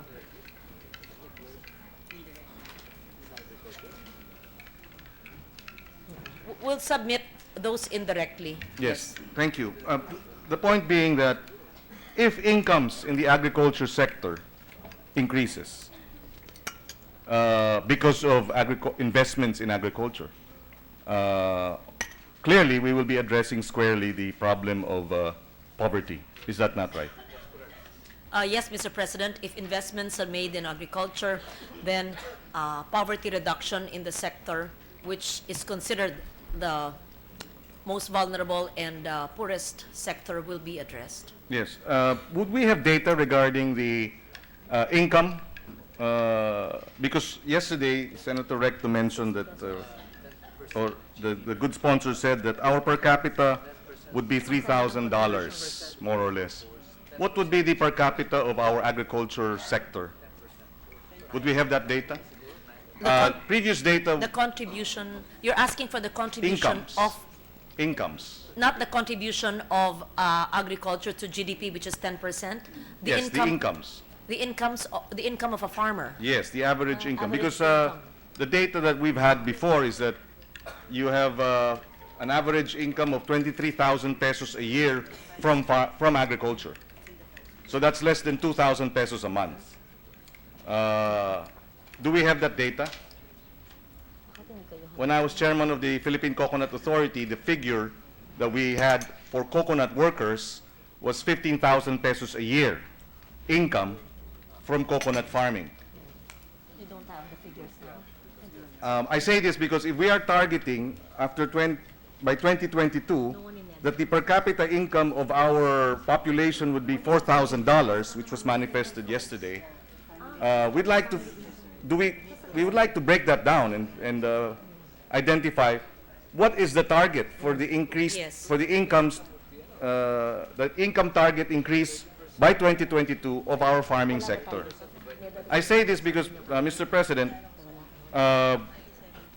clearly Vietnam, for example, has benchmark incomes of their farmers as a basis to determine whether or not their interventions are successful. We can have, and I've said this in previous committee hearings, we can have investments in agriculture, we can have bigger investments in irrigation projects, but ultimately, we will have to benchmark incomes as the basis as to You're whether correct. or not lives are improving and poverty In is being short, addressed. sinasabi po nyo, Mr. President, sulit ba ang ating investment? At Pag nagbabago itong- ba ang kalidad nagbabago ng ba ang buhay? kalidad ng buhay at ang kanilang real wages, income? Tama Yes. po. Can that be part of the submission? Yes, Because NEDA does not have it now. So, Yes. your first request in the submission would be, magkano ba ang income estimate ng agriculture worker ngayon? Yes. At kung X amount ang ating investment ay magkano ang go-grow o lalaki ang income na yan. At Yes. pangalawa, 30% ang labor force sa agricultural workers, ilan ang indirectly nagbebenepisyo sa agrikultura. Okay, That's right. Neda? That is what we need you to submit by tomorrow morning. Yes, please. Because, the premise here is that if we really wish to reach developed nation status, say, in 10 to 15 years, we're going to have to address that 30% or 21% who are the poorest of the poor. And that of the 21%, I think perhaps the NEDA will have the data, sorry. Of the 21% poor, how many are in the rural areas? Ayun, you have that. 2/3 of the 21% poor. Mr. President, 2/3 of the 21%. So that Poor. is around 70%, 65%. 66% of our poverty is actually in the rural areas. And so if we want to squarely address, this is my take, poverty, then we will have to invest in agriculture and up incomes of our rural folk. Yes, Mr. President. The other question is, and perhaps again it could be submitted, of the incomes in the rural area, how much is directly earned from agriculture, meaning farm incomes, and how much is off-farm incomes? Because a study of the Philippine Institute of Development Studies, which we came across a few years ago, was that up to 70% of the rural income is off-farm. Off-farm. Yung merong sari-sari store, Oo. yung merong tricycle, because the sari-sari store is ang hinihingi nyong statistika ay sa rural areas, bagamat nandyan ang pinakamahihirap nating agriculture workers ay yung revenue generated ay galing ba sa agrikultura, anong porsyento, ano yung hindi. Can we update that from NEDA? It's Part really, of your submission. yes. Part of your I think the submission. data is there somewhere. Yes. They just have to retrieve it. Off-farm incomes and farm incomes equals That's total very rural good. We income. need to see that, yes. Yes, thank you. And the reason being, Mr. President, and I will stress this, that in 2022, assuming for the sake of argument, that our incomes today of our farmers average is 20 or 30,000 a month. 30,000 a year. If our incomes today are 30,000 a year, I think interventions by the Department of Agriculture, by the NFA, by the NIA, by the PCA, should have a trajectory in terms of, are we going to have 30,000 pesos, move up to 35 to 40,000 pesos a year? In other words, In your- incomes will have to increase by the end of 2022 so that we can say for certain that our anti-poverty interventions have actually made an impact in the quality of lives of our rural area, 66% of whom comprise the entire population of poor in our country. Thank you. We will wait for that, the submissions, Madam Chairperson. I'm very happy also to note Too that general. our Finance Secretary used to be Agriculture Secretary, so Yes. I'm sure he knows this by heart as well, and it is actually exciting that for the first time, I think, in the country's history, a Secretary of Finance also used to be Secretary of Agriculture. So that places agriculture front and center. And whose businesses are in the provinces as well. Exactly. Thank you for that, Mr. President. Madam Chairperson, Mr. President, on the issue of quantitative restrictions lifting, I understand the policy of the economic team is to lift QRs because it will end. No, the extension will end June 2017. Is that not right? June 2017. July, sorry. End of June. July 2017. May we have the rationale behind the lifting of the quantitative restrictions on record? How will this benefit the economy? How will this benefit the our consumers as well as the agriculture sector? renewed 3 times already. So we cannot renew a 4th time. I am told that this has been renewed for 3 times, and it is the economic team's decision not to renew it anymore. Perhaps to address your question on what will happen when the country's quantitative restrictions expire. Yeah, no, but Yeah. more specific, Madam Chairperson, is what is the benefit, economic benefit of lifting the QRs for the record, so that when the citizens, when the sector asks us, we can have, we can respond. Yes, this will eventually lower the price of rice. It will alleviate hunger, among others, Mr. President. Yes. What is the scenario? Once the quantitative restrictions are lifted, Tarify, and then the income will be used for Yes. we are no longer restricting the importation of rice. Yes, then we will tarify, and the tariffs will be used for the benefit of the farmers, Mr. And so President. import permits will no longer be issued Yes. by the NFA. Anyone can import rice as long as they are accredited, as long as they are, and they will be Yes. allowed to Just bring. so that we can explain it and put it in context, no? The country will need to tariff the product or to replace the product with compensation. Then the amount of compensation is estimated based on the trade value of the product with QRs and adds it to the offered product in exchange of reduction of duty. The Philippine Tariff Commission will notify the public under Section 401 and 402 of the Tariff and Customs Code to conduct public hearings on the reduction of the product that will be used to compensate the loss of trade, and an executive order will be issued for this implementation. Now, what is the bottom lines to simplify all of this jargon for the consumer? Cheaper rice, right? Cheaper rice. And for the producers, it will induce more efficient allocation by farmers. Hopefully, this will be the projected results. Yes, thank you. Because there are some, there are different schools of thought in terms of rice supply. Some are saying that it should just be government to import the rice so that we can prevent smuggling. I mean, this is some of the arguments. Others are saying the NFA should just focus on buffer stocking and let the private sector do the rice importation. So my understanding, therefore, is that the lifting of the quantitative restrictions is precisely to allow private importation of rice. Is that not right? It allows the private importation of rice, Yes. Mr. President. Thank you. How do we now prevent Smuggling. the smuggling? My sense is the reason why there is smuggling is because rice is expensive here, it is cheaper elsewhere, so there is a cost-benefit analysis. You smuggle it, you don't pay the tariffs. I think landed cost here of imported rice is 15 pesos per kilo without the tariffs. So, but it is being sold in the wet markets for 40 pesos, 35 to 40 pesos a kilo. In other words, 100% ang iyong kita, ang markup pagka na-smuggle mo. No? Does it not make sense, Mr. President, that lower tariffs would mean less incentive for smuggling? Right?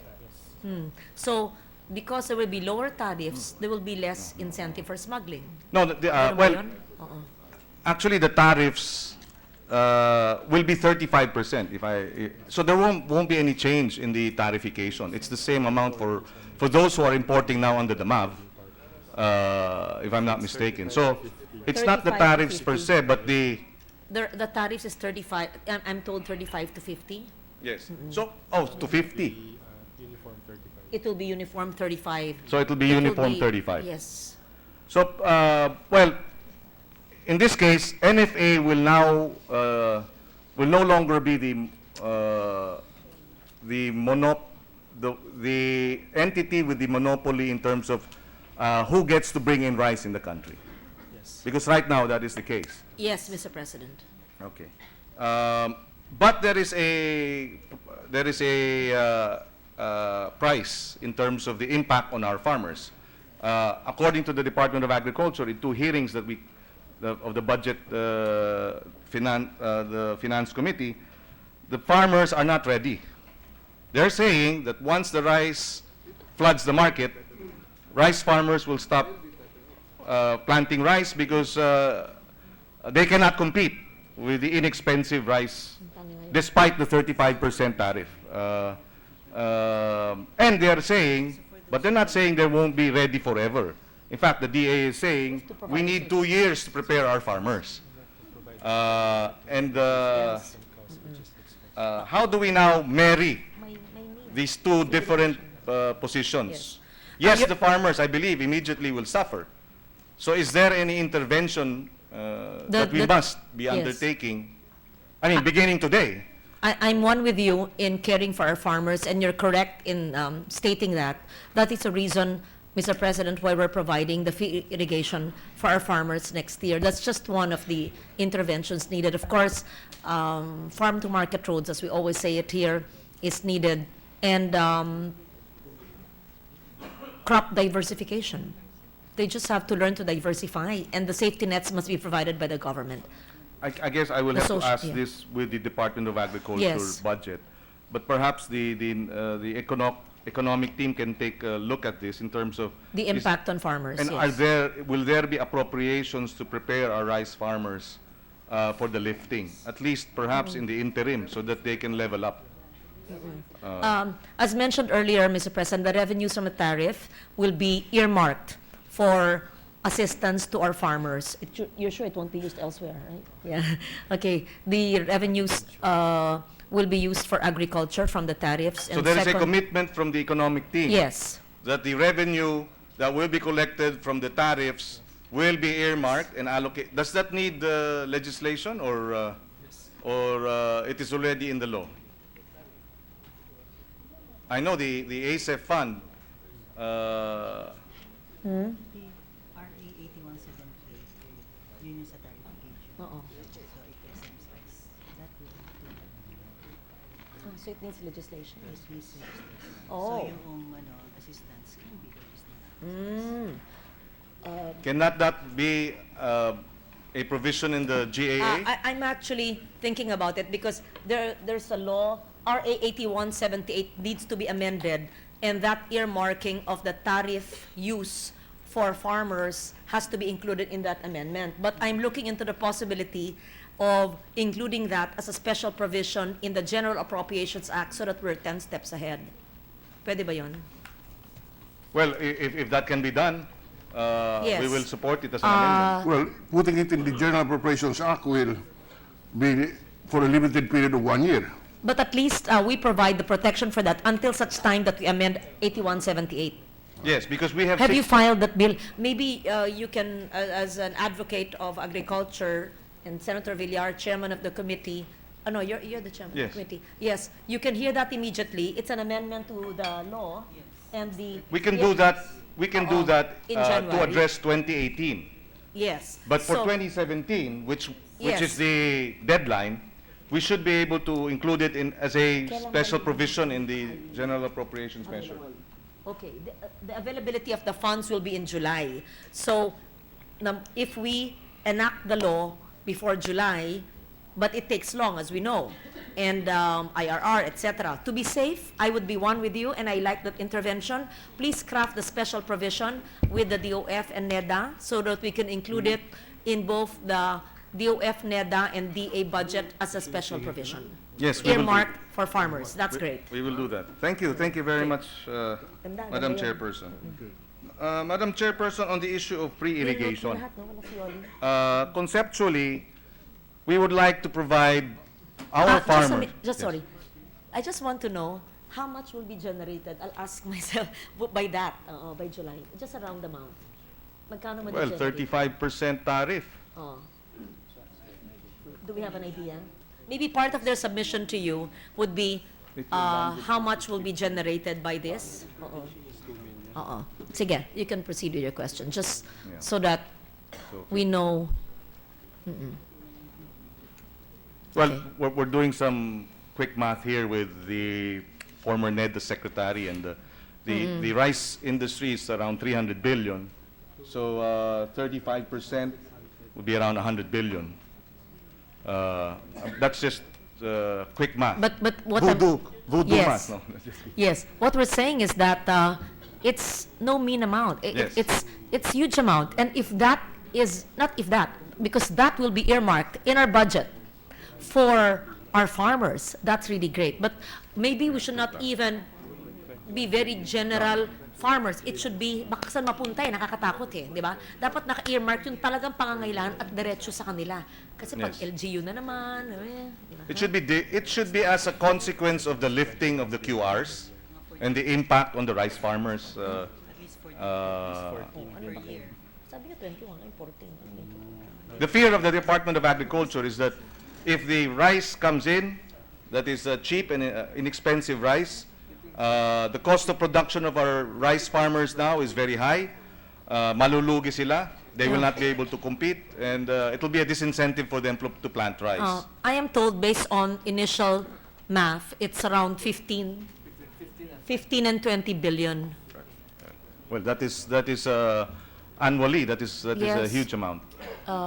With the 2 billion of irrigation, irrigation talaga ang problema eh. Unirrigated lands. So, you can put it irrigation. Yes. Yes. On the question of irrigation, Madam Chairperson, when I was chairman of the board of NIA, we undertook a World Bank sponsored 10-year master plan. And we were able to put this together. The basic feature of the plan is that we should be able to, right now we have 57% of our irrigable lands irrigated, which means 43% of our irrigable lands are not irrigated, which is to say therefore that 43% of our lands are rain-fed, and therefore can only do one cropping. In other words, if you have irrigated lands, then you can do 2 or 2.5 croppings per year, or 5 croppings in 2 years. The master plan, I hope the economic team can look into this, because the master plan, and I was asking for a copy, if you remember, Madam Chairperson, in the Committee on Finance subcommittee meeting. The master plan says for a price tag of 500 billion for 5 years, even less than 500, a little under 500 billion, we will be able to irrigate the 43% unirrigated lands. So, we'll be fully irrigated. Yes, a 10-year, because it's never been done. The NIA has not done this, having a master plan. As we all are familiar, or many of us are familiar, irrigation projects take 3, 4, 5, 7 years, and therefore you really have to have a strategic plan for addressing Part of your irrigated lands. In fact, on record, I said, if this is true, I hope they can validate, the economic team can validate it. If this is true, we would have addressed in 10 years what we have failed to address in the last 50. How much is it in 500 billion. Why It's does a- it have to be 10 years? Well, of course, there are budget considerations, capacity also, I'd like to think. So it's a 10-year master What do you plan. think of borrowing this in loans that would only have an interest rate of 0.25%, almost a grant, concessional? Well, I think that would be part of the implementation. Perhaps the NEDA board, Di ba ang JICA we rate used to is sit only there, 0.25? can look into this master plan on irrigation put, Yun lang you yun. know, Currency differential. maybe approve it in the NEDA board as another landmark piece of project of the Duterte administration. I'm one with you in having a roadmap for irrigation. 10 years, however, seems too long, since we know we've been sitting here for decades, and this has been a problem from 20, 30 years ago. And so perhaps knowing the need, the hectarage, the cost, we can find out of the GAA, provide it in the GAA and out of the GAA, so that we can accomplish this within the 6 years of the Duterte administration. And that's a challenge, I think, Well, if that before can be our done. economic But I think the mentors. 10-year program precisely Is already considers, difficult, yeah. you know, the magnitude of the areas to be irrigated, social preparation in terms of if you're going to build dams or if you're going to build, so it'll take some time. But that is the 10-year master plan, which the NIA board adopted. But I'd like to think it would be best if the NEDA board as well as the economic team can look into Yes. this. May I know, the roadmap in the World Bank study is referring to sophisticated high-tech farms or even home gardens and rural farms, backyard farms for irrigation? I think it's the traditional irrigation programs and projects of the National Irrigation Administration that they're referring to. But you're right. Perhaps we can look at, because, irrigating high-value crops, for example, is something that is not the norm in terms of the irrigation programs and projects of NIA. They really cater to rice and corn farmers. Irrigation of other farms pretty much is not addressed in terms of the magnitude, Yes, compared because- to the magnitude of rice and corn farmers. Yes. So NIA would only address the corn and rice farmers' needs. Primarily, yes. The budgetary appropriations are for Yes. rice and corn Yes, farms, yes. and irrigation for rice and corn. Because I was just thinking very micro, while we would do that, we could also alleviate a little the poverty of the farmers by really encouraging them to just plant what they eat, by instituting very, very simple, basic measures for them to have self-sustenance from what they plant in their limited backyard. Yes, By yes. having rain gardens or rainwater catchments. So Yes. it's a low-tech irrigation of their home gardens for their own produce. But that, For that- self-consumption. That is correct. In fact, that is a whole subject of an entirely different discussion Different, yes. on rainwater harvesting. Rainwater Because we also raised this in the NIA board in terms of, and during the Finance Committee hearing, Yes. subcommittee hearing, we said that 160 billion cubic liters of water annually, rainfall, is wasted. we only harvest maybe 20 plus billion cubic liters. In other words, the There's so much wastage. 140 billion cubic liters of rainfall just goes to the ground and back to the ocean. So rainwater harvesting is also, water impoundment actually is also another strategy in terms of addressing the irrigation requirements of our farmers of the agriculture sector. So we will wait for the submissions.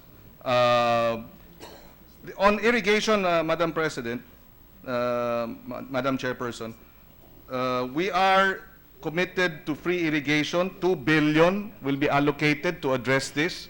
As it stands right now, the procedure or the policy is we collect the irrigation fees. It is collected by NIA.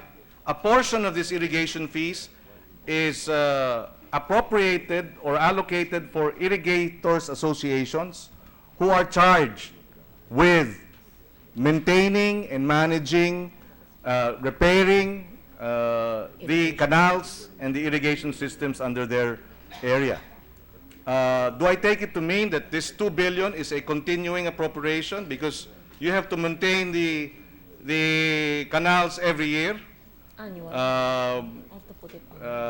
It's my intervention. Because the fear there and the concern is once the IAs which are able to secure resources from the irrigation fees, use these fees, these collections, to manage the IAs, to be able to, in fact, some of them are able to purchase some equipment for their association, which is used in common.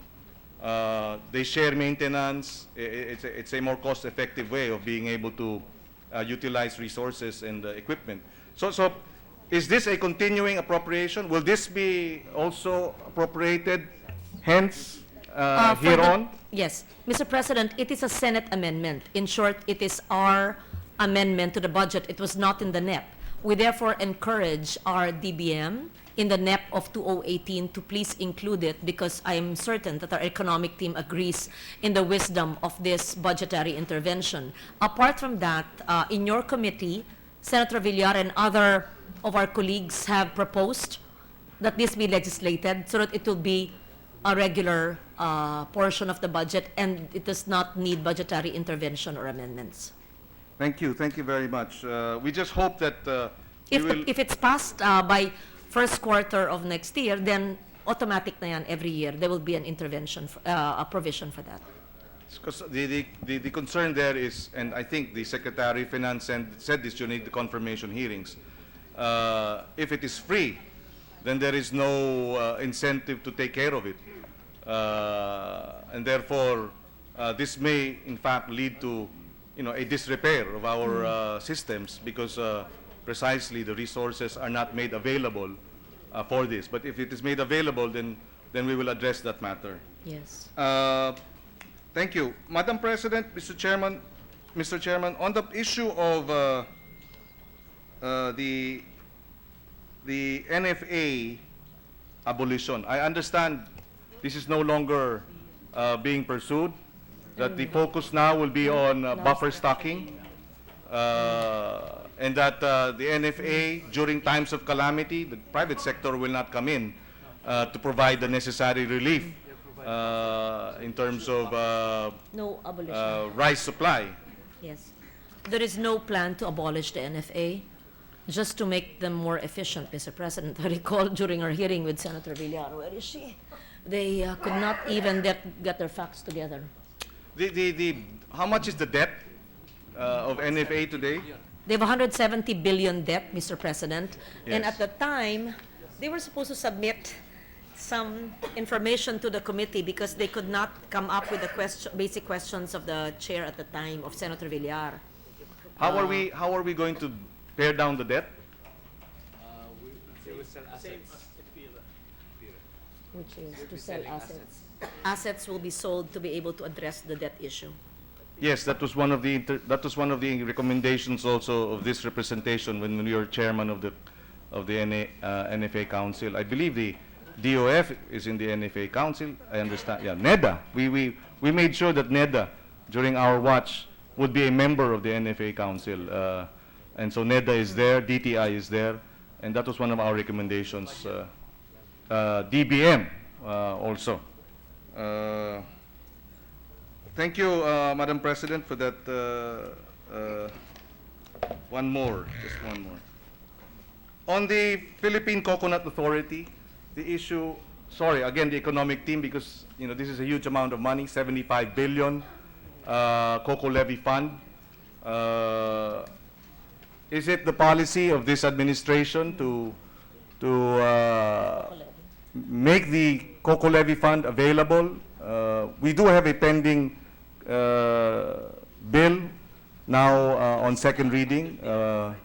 Is there a position? If there is no position at the moment, perhaps we can get their inputs, because I understand the matter was also mentioned in the pre-LEDAC meeting, what to do with the Coco Levy Fund. The fund is 75 billion cash. Of course, you have assets.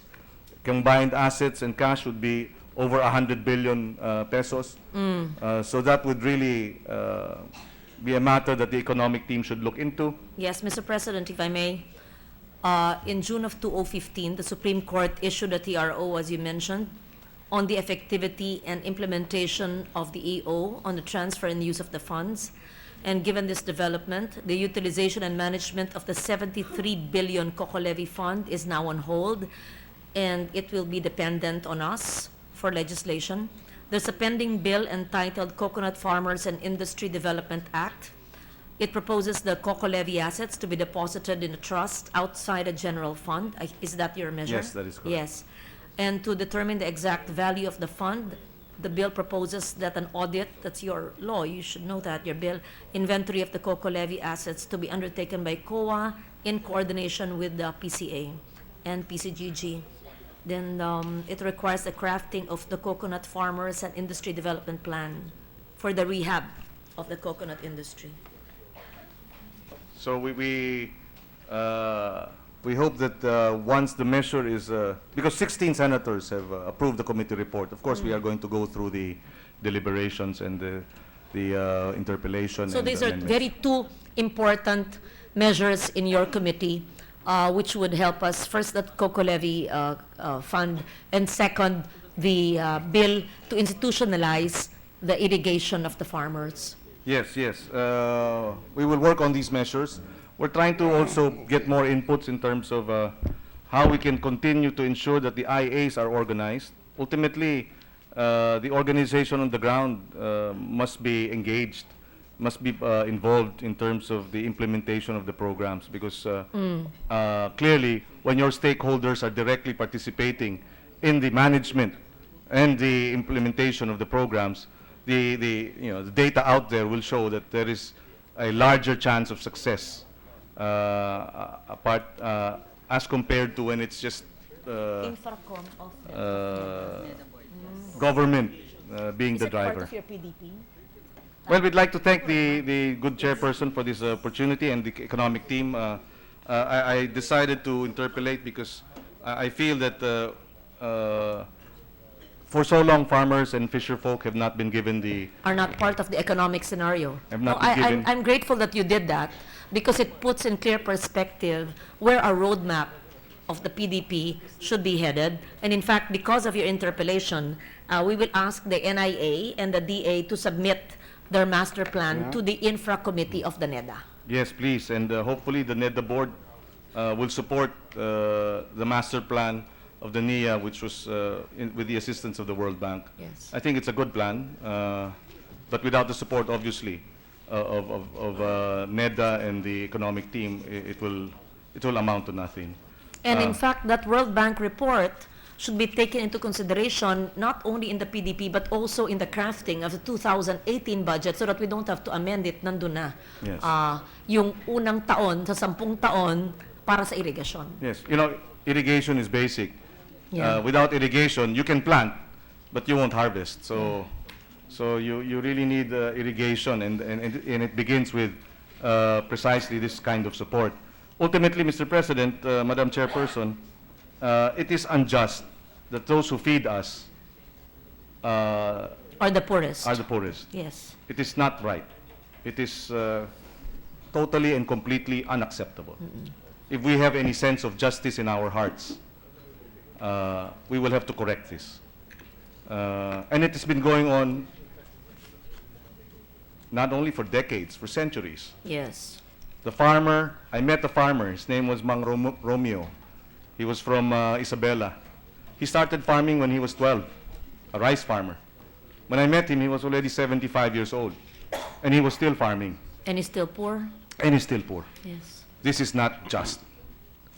And this is a common story. And that's the reason, Mr. President, why in next year's budget, we have that budgetary intervention to have a bias for the farmers, Yes. insofar as giving them irrigation. You know- We wish we Yes. could do more. Yes, And my- we will leave it to your better judgment how to advise us to improve the lives of our farmers. Yes, we actually have two bills. The Sagip Saka Act, hopefully, perhaps it can be endorsed also by the administration. It's providing incentives for the private sector to invest with tax incentives, to donate perhaps post-harvest facilities, equipment to farming enterprises. And with these donations, and to purchase directly from farm enterprises so that farmers have access to the market. We call it the Sagip Saka Act. It is really farm enterprise management and development because we believe, and I think the Secretary of Finance shares our vision, we must move away from subsistence farming and move towards farm enterprise management and development. That is the key to address the 66% of the poor in our country in the rural areas.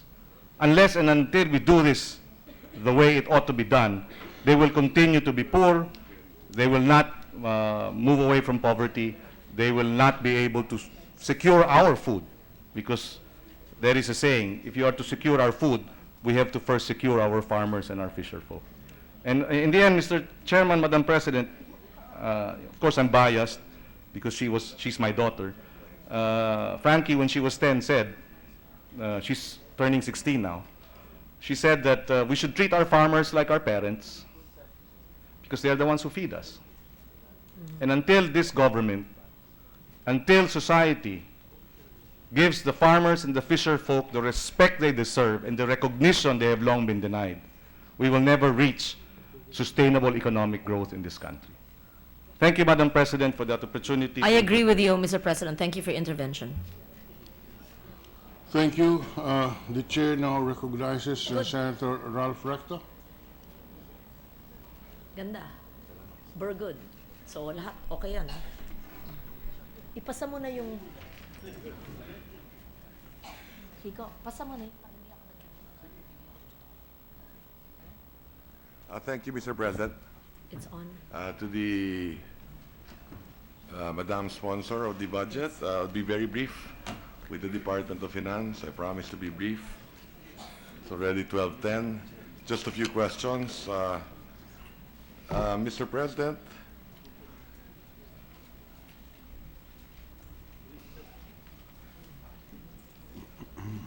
Sleep. what is the track record of the Department of Finance in projecting the revenues of the BIR and the BOC and non-tax revenues? For example, in the BASF every year, they promise us that they will collect a certain amount. When we look at the actual collection, it always falls short. So during the Arroyo administration, what was that amount? During the Aquino administration, what was that amount? And basically just the two. And what was the average growth rate? Let's start with that, Madam President. Ito na muna. Let's start with 2010. The collection was 822 billion. The goal, it fell short of the goal of 860 billion. And the previous year collection was 750 billion. And so there was a 95% goal attainment. 2011, the collection was 924. B, the goal was 940. There was a shortfall. There was a goal attainment of 98%. So if we go through these years, let me go to 2015. The goal attainment only was 86%. So between 2010 and 2014, there's an average of goal attainment of 94.66. And in the first semester of 2016, we have a goal attainment of 81.15% for the first semester, Mr. President. 81.15%. Yes. Okay. So it is safe to say what about GMA? You have the GMA records? I have the Aquino administration records. Okay. I only have maybe the the finance can just administration. submit that data to us. Yung during the GMA administration, what was the target, what they collected, what is the totals for the 9-year period. Same thing with the Aquino administration. Maybe it can just be submitted to our office. Yes. Thank you. To abbreviate the proceedings. Okay. Bottom line. Let's go to the bottom line as far as the revenues are concerned. I mentioned yesterday the importance of growth in collecting the revenues. Okay? The Arroyo administration grew by 4.8% on the average. Their revenues on the average grew by 9.3% annually. What does that mean for the budget? Okay? In 2001, their revenues were 550 billion. In 2010, it more than doubled to 1.2 trillion, roughly speaking. Okay? It doubled. The budget also doubled in 10 years. During the Aquino administration, growth was 6.2%, and their average revenue is 11%. The budget also, the revenue and the budget almost doubled in 6 years. Okay? The revenue, they started 1.2 trillion, they ended up with 2.256 trillion, and the budget doubled. Okay? Fiscal space has improved as well. And I'm sure the Secretary of the DBM knows this, because the interest expense on our debt went down. There's more money to spend on MOE, capital outlay, salary increases, so on and so forth. Now, next year, based on the BASF, we expect the economy to grow by 7%. 7%. Is that correct? 7%. Okay.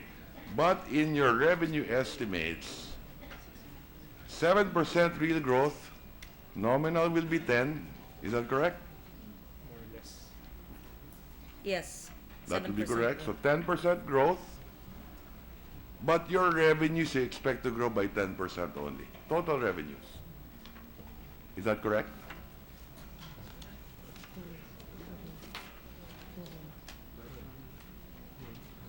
10%, but then we will ramp up by 2017. Once the policy reform is implemented. 10% for revenue growth. Yes. You're correct in saying that in 2016 to 17, there's a target of 10% revenue growth. And in 2017 to 18, No, I'm not talking about that. I'm just talking about 2016. it's 10%, The yes. economy will grow by 10, your revenues will grow by 10. Yes. Okay? Yes. Now, in the previous administrations also, they may have missed their initial targets, which were too ambitious. It's correct to be also a bit conservative, but revenues is a function of the growth of the economy. And I understand, 10% growth, more or less 10% ang revenue mo. Of course, depends on where the growth comes from. Kung exempted yung sector, wala kang makukolekta dyan. Di ba? Okay. But in the previous administrations, their nominal growth, they were able to collect more than the nominal growth. Meron improvement dun sa efficiency, yung hindi nakokolekta. I will not blame the new administration because you're just being conservative. Okay? Moving forward, it's easier to hit these targets. That's what I'm saying. Okay? But I don't blame you for having those targets. Because at the end of the day, it's the taxpayer who will pay. Okay? Let's move forward. I noticed that your non-tax revenue will be declining from 230 billion to 166 in 2017. Bakit bababa yung non-tax revenues? What is the reason for that? It's a one-time popularity.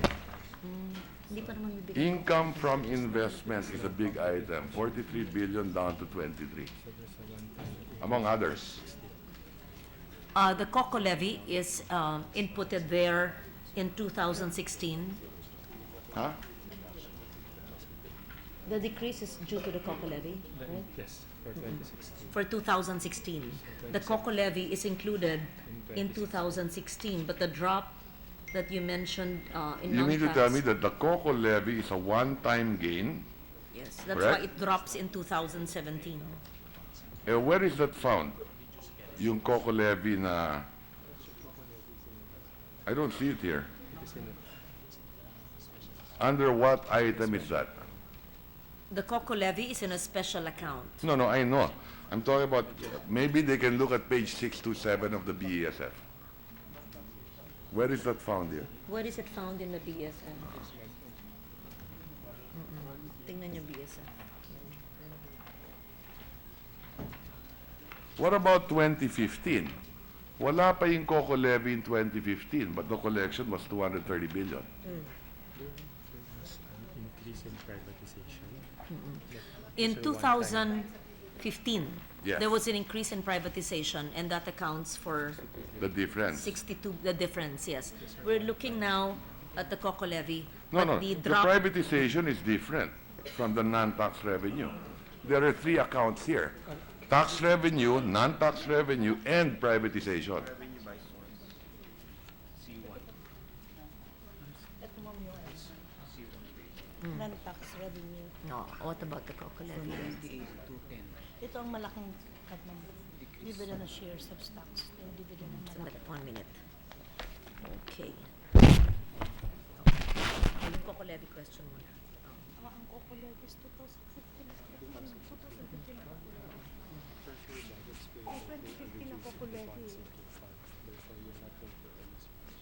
The bond sinking fund is like cash I am told, Mr. President, that there's a bond sinking fund being reduced. that's being reduced, and that accounts for lower investment or lower income in 2017, 16 Why is that? 16 to 17. Why is that? Why is it being reduced? This is a buffer that we use for in case we are not able to pay, but we are now in a strong macroeconomy. So we don't need This strategy was used as a buffer, but we have stronger macroeconomic fundamentals, so it's being reduced, I am told, by the Bureau of Treasury.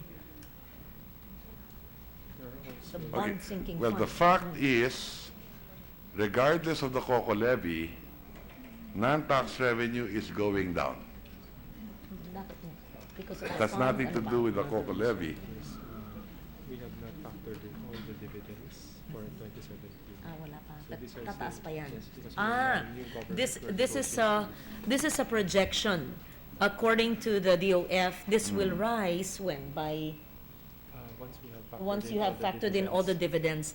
The new government, they've not yet factored in all the dividends, but this figure will change for 2017 in a few months. Okay. programs. So These That's are why- programs. Yes. Okay, that's why we have to be careful here. This will be revised, No, Mr. that's it. President. Okay. That's why we have to be careful here. Why? There are certain targets, meaning to say, if, for example, you put here, and I noticed that already, privatization, or rather dividends is down from 32 billion to 10. It doesn't explain the entire picture, but that's still a significant reduction. Now, the 32 billion in dividends, they projected 2017, 10 lang. 2016 is 28, 2015 is 32. Okay? So down din do, 10 billion. If, for example, what is the implication? If, for example, naging 25 billion yung dividends, so tataas yung revenue mo. One item lang. But you may miss the total revenues of still 2.256. Does that authorize the government to spend the unprogrammed funds? Pwede na ba yun? One single item. One single item.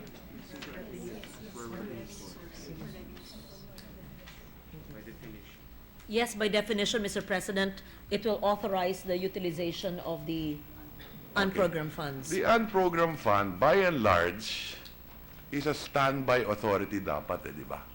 Yes, Mr. President. Meaning to say, that's why we don't even count it in the budget, We say that the budget is 3,350 billion. And then may standby authority dapat ang unprogrammed 67.5 billion. You're As a giving standby authority to fund. spend to the president more than 3,350. It's 3,350 plus 67. Pero may certain conditions to follow. Yes. If the revenues exceed the target. The target, yes. So ito, what can be done, bawasan mo yung target ng isa, knowing you can exceed it, And then suddenly you can spend the unprogrammed na rin. This will be the basis. You can always project a lower target on one item, VAT collections, income tax collections, and then you exceed the target, you can already spend the unprogrammed. Isn't that correct? So what is the proposed remedy of Senator Recto, given what At the you have pointed appropriate out? time, maybe we can tighten up the language for the unprogrammed. That's one. Okay? Let's go back to the revenues naman. Because you cannot amend the revenues here. It's in the BSF. Okay? Okay. So the point is, non-tax revenues are going down. Now, let's go to privatization. 62 billion was collected in 2015. Why is this important? To spare taxpayers, sana, from increases in taxes kung may other sources of revenue. Okay? At dapat lang naman talaga that government privatize many of its operations because government is inefficient and there are just too many assets and certain things that government can do without and leave it to the private sector. Okay? Having said that, the projection again for 2017 is 2 billion. Ang baba naman ito. It's very low. Now, you know, I take notice of the statement made by the queries made earlier by the Senate President on PAGCOR. And I did file that bill. In fact, I filed it in the previous administration as well to privatize PAGCOR, the operations of government. Okay? Magkano ba ang kinikita ng PAGCOR?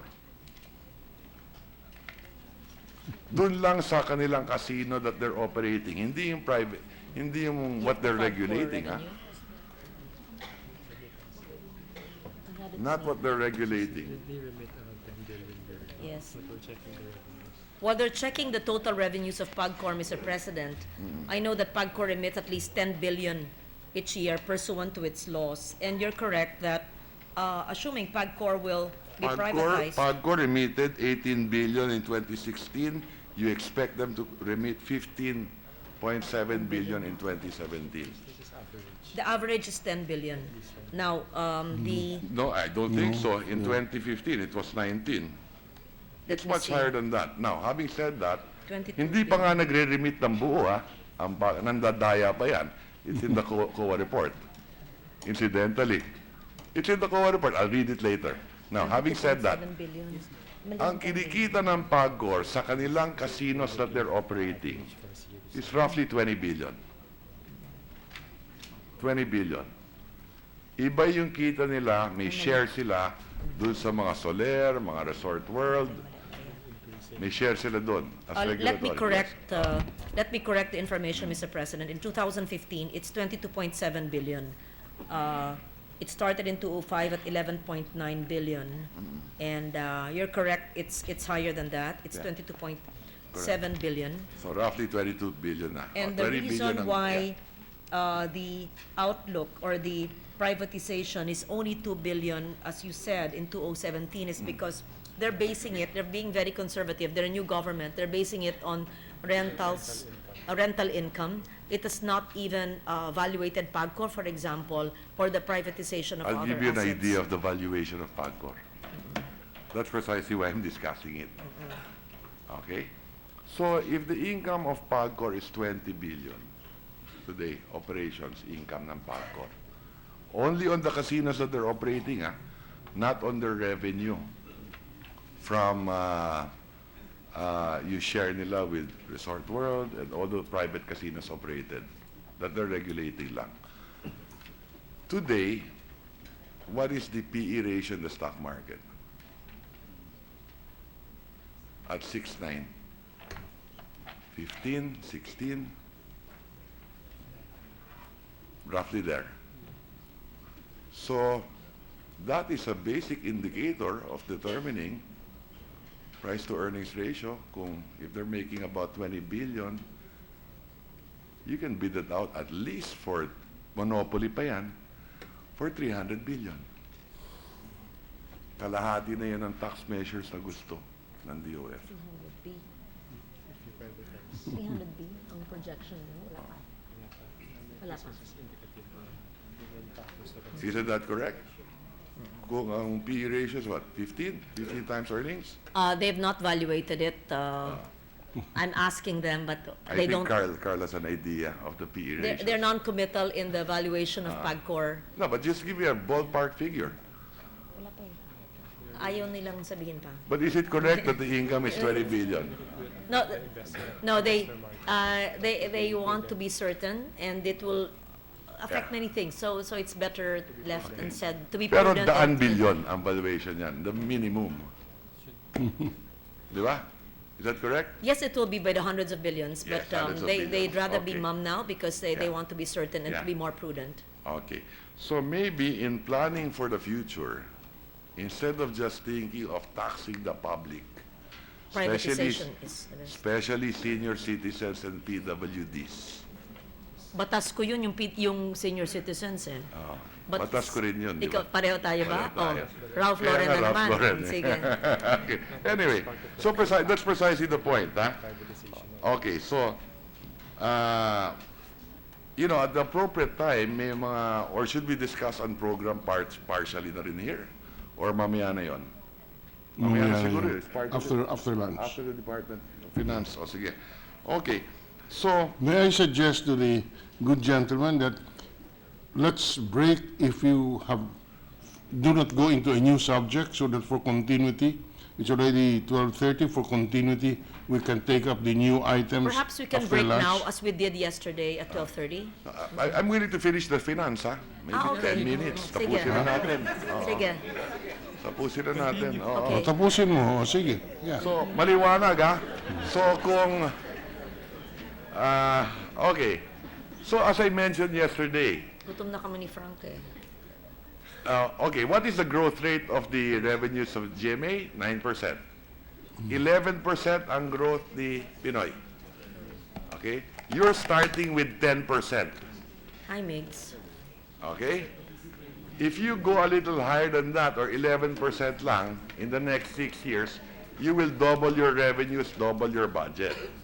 But clearly, if you privatize PAGCOR, and there's so much to be done, many others, and cut wasteful spending, you We will don't still need end up to- with more than 26 trillion pesos in the next 6 years. No new taxes. Yeah. Huh? You don't have to. Okay? Especially not for senior citizens and PWDs. Okay? Now, but I'm willing to work on them on reduction, so we should find ways of augmenting also later on, no, the other taxes, no. Okay. Now specifically, let's go now to the budget. Magkano bang hinihingi ng Department of Finance? 22 21.8 billion. Okay. What is New the appropriations. Okay. The biggest item here is what item? Aside from BIR and Customs, Bureau of Treasury, The Bureau of 6.4. Treasury. Doon ba nakalodge yung for the AIIB? And Yes, how much Mr. is President. that? How much is that? 4 4 billion. billion. So there's a significant increase also in the Bureau of Treasury budget. If I net out the 4, it's 2.4. Di ba? What accounts? 6.4 eh, yung Treasury eh. Yeah. No, I know, the AIIB, but still, half the balance where we don't. No, because 6B kayo. Okay? The biggest budget, maliit naman talaga yung Office of the Secretary. It is the BIR, the Bureau of Customs, and the Treasury. Significant for the Department of Finance, right? Yes, Okay. the 6.4 of the Bureau of Treasury is largely for the AIIB, but the balance will be for their operations. Okay. If you break down, karamihan ng budget ng BIR Customs, magkano ang MOE MOE capital outlay ng BIR at Customs? What percent of the budget? What percent? Malaki, di ba? PS. PS of Customs and Let's break BIR. it down. Here. There are also capital Here, Mr. President, mentioned Absorptive capacity. this is for, ano to? BPR, Treasury. For Treasury? Yeah, BIR, Bureau of BIR. Customs. The reason why, para mabilis tayo, the reason why I'm trying to, I wanted that breakdown is this, no? We are again, in all the departments of government, almost doubly over appropriating. In 2016, your budget, magkano ulit yung budget ng 2016? BIR, 18.4 billion. Tanggalin na natin, in 2016, it was 18.4 billion. BIR had 10.5 roughly, Customs 2.6, Treasury 1.6. Okay? Ano yung absorptive capacity? What did they spend? Will that be carried over in 2017? let me just put on record what you were asking for BIR. For PS, that's 4.2. Okay. And MOE, Okay. 3.5. Okay. And capital outlay, 663 Okay. million. And financial expenses, 137. Okay. Let me put on the record this. The budget for the Department of Finance for this, for all the agencies, the biggest of which is BIR, Customs, and Treasury, 18 billion. Okay? In 2015, hindi nila nagastos 7 billion. Na-carry over sa 2016. So their total appropriations available in 2016 was 25 billion. Yes, there are 18 which is appropriated and the continuing. Okay? Yes. Teka, let me finish lang. 25 billion. As of June 30, they've only spent 7. Okay? So assuming Of they their can 18. spend another 7, 14 na yon. May 11 pang natira. Plus the 21 or 2 of Plus 17. plus the 28 of 2017. 20, Magiging, 28 ba to? 21. 21 billion. diba? 21.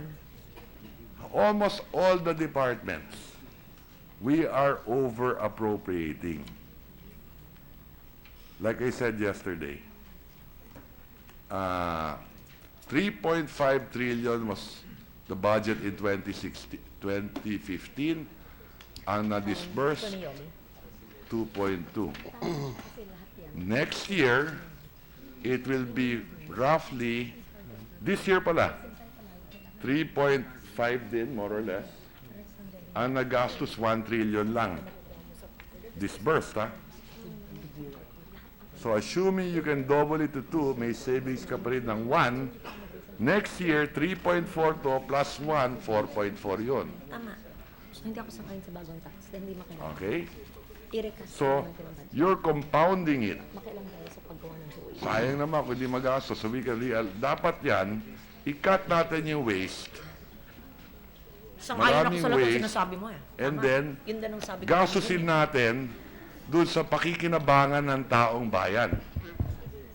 Ako'y sang-ayon sa lahat ng sinasabi niyo, Mr. President. Yan ang aking puntos sa So bawat puputulin hearing. natin. Kasi naniniwala ako sa sinasabi mo na Pag-i-align hindi natin. kailangan magbigay ng bagong buwis dahil marami naman tayong hindi ginagamit na available ng Okay, pondo. halimbawa, I'll give you an Continuing. example, one other example. Paano ba yan? Nag-agree? Sabi ng Pangulong Duterte, at ako pumapayag ako, doblehin natin ang sweldo ng pulis at military. Kayang-kaya. Meron na tayong combat pay at combat incentive pay galing sa MPBF. Correct. Sa Compensation Adjustment Fund. Correct. Meron No, pa tayong rice allowance sa kanila. Correct. Oh. Pero sa dami ng appropriation, ha, kung gusto natin gastusin yan, pwede mong i-realign para doblehin mo yung sundalo at pulis. Kung yun ang gusto ninyo, Ito. pwedeng gawin. Yes. May I As just an put on example, record, although the new managers of our economic team are not responsible for the underspending of DOF. I'm not saying that they are, ha? Yes, I'm yeah, not but saying that allow they me to are. put on record the reasons why there was underspending. Because there were 10,000 positions, but they could not hire because of the election ban. And there were delays in the procurement for IT, and A new building for DOF. they're no longer building a new building for the Department of Finance to save money. I understand that. Tinanggal ko sa budget yan sa Senado last year here eh. Binalik sa BICAM. Hindi rin naman nila gagastusin. That's the point eh. Oo, di ba? Hindi rin nila ginastos. Okay? Now, yung taon-taon, ang laki ng capital outlay ng Bureau of Customs, BIR, sa computerization. In fact, you know what gets me here, as far as the Department of Finance is concerned, not the entire Finance Department, ang Office of the Secretary, walang problema eh, sa COA report eh. When you are the Finance Department, at sa ilalim mo ang BIR at BOC, and if I take a look at the COA reports, which I've done for all the government agencies,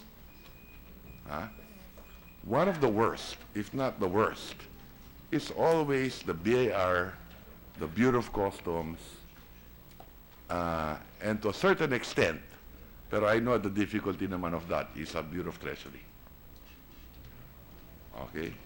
We can go back from 2010 at tignan mo yung mga COA reports ng BIR, Customs, napakatindi at Bureau of Treasury. Pwede kong basahin at sabihin dito to put on record what they say in these reports. But it's a public document. Okay?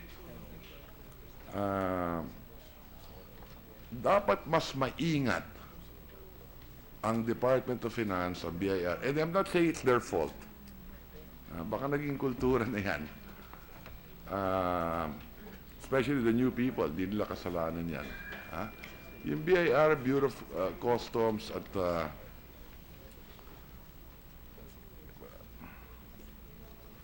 Wrap up na. hindi nagsasubmit ng mga dokumento eh. May mga adverse, management letters, lalo na kung nangongolekta ka ng buwis at meron kayong tawag dito, cash balances. I've taken some of this up in the committee already. So, pwede ba in next year's budget, can we see improvements in all of this? Hindi ko nababasahin para matapos na tayo. But fair warning again to everyone in the BIR, Yes. the Bureau of Customs. Basahin ninyo. Ang COA Try to report. comply. Yeah. Bureau There's of an Treasury, assurance. daan-daan bilyon. Yeah. Daan-daan bilyon unreconciled items. There's an assurance that the new management will take note and implement the recommendations in the COA report. Yes. Okay. So, it's 12:39. Thank you. Okay. Thank you to the Madam Chairperson. Thank you very much. Your you. interventions Very are always quick lang, welcome Thank you. and appreciated. And we take note of the submissions that you Thank you very requested much. yesterday and Yes, today. thank you. We Thank you. suspend for 1 minute before we recognize the majority. 1 minute suspension, I'll just... Treasury has reconciled 99%. Dali. Ano? Dali.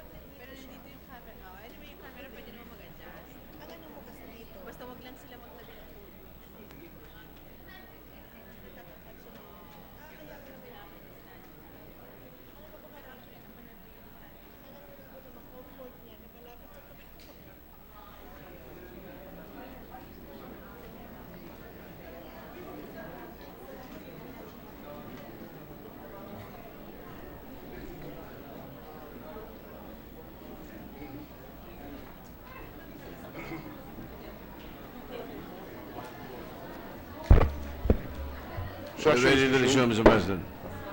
Mr. President, I move that the budget of the following, or of the Department of Finance and the following attached agencies be deemed Submitted. submitted for consideration. These are the Office of the Secretary, the Bureau of Internal Revenue, the Bureau of Local Government Finance, the Bureau of the Treasury, Central Board of Assessment Appeals, Insurance Commission, the National Tax Research Center, Privatization and Management Office, the Securities and Exchange Commission, and also the Trade and Development Corporation of the Philippines, Mr. President, all under the Department of Finance. So submitted. Thank you, Mr. President. I move that we suspend the session until 2:30 this afternoon, after which we will tackle then the budget of the Bureau of Customs and the NEDA and the rest of the other. All right, so we suspend the Thank you. session and reconvene at 2:30. The first item of the agenda is the budget of the Bureau of Customs. Session suspended.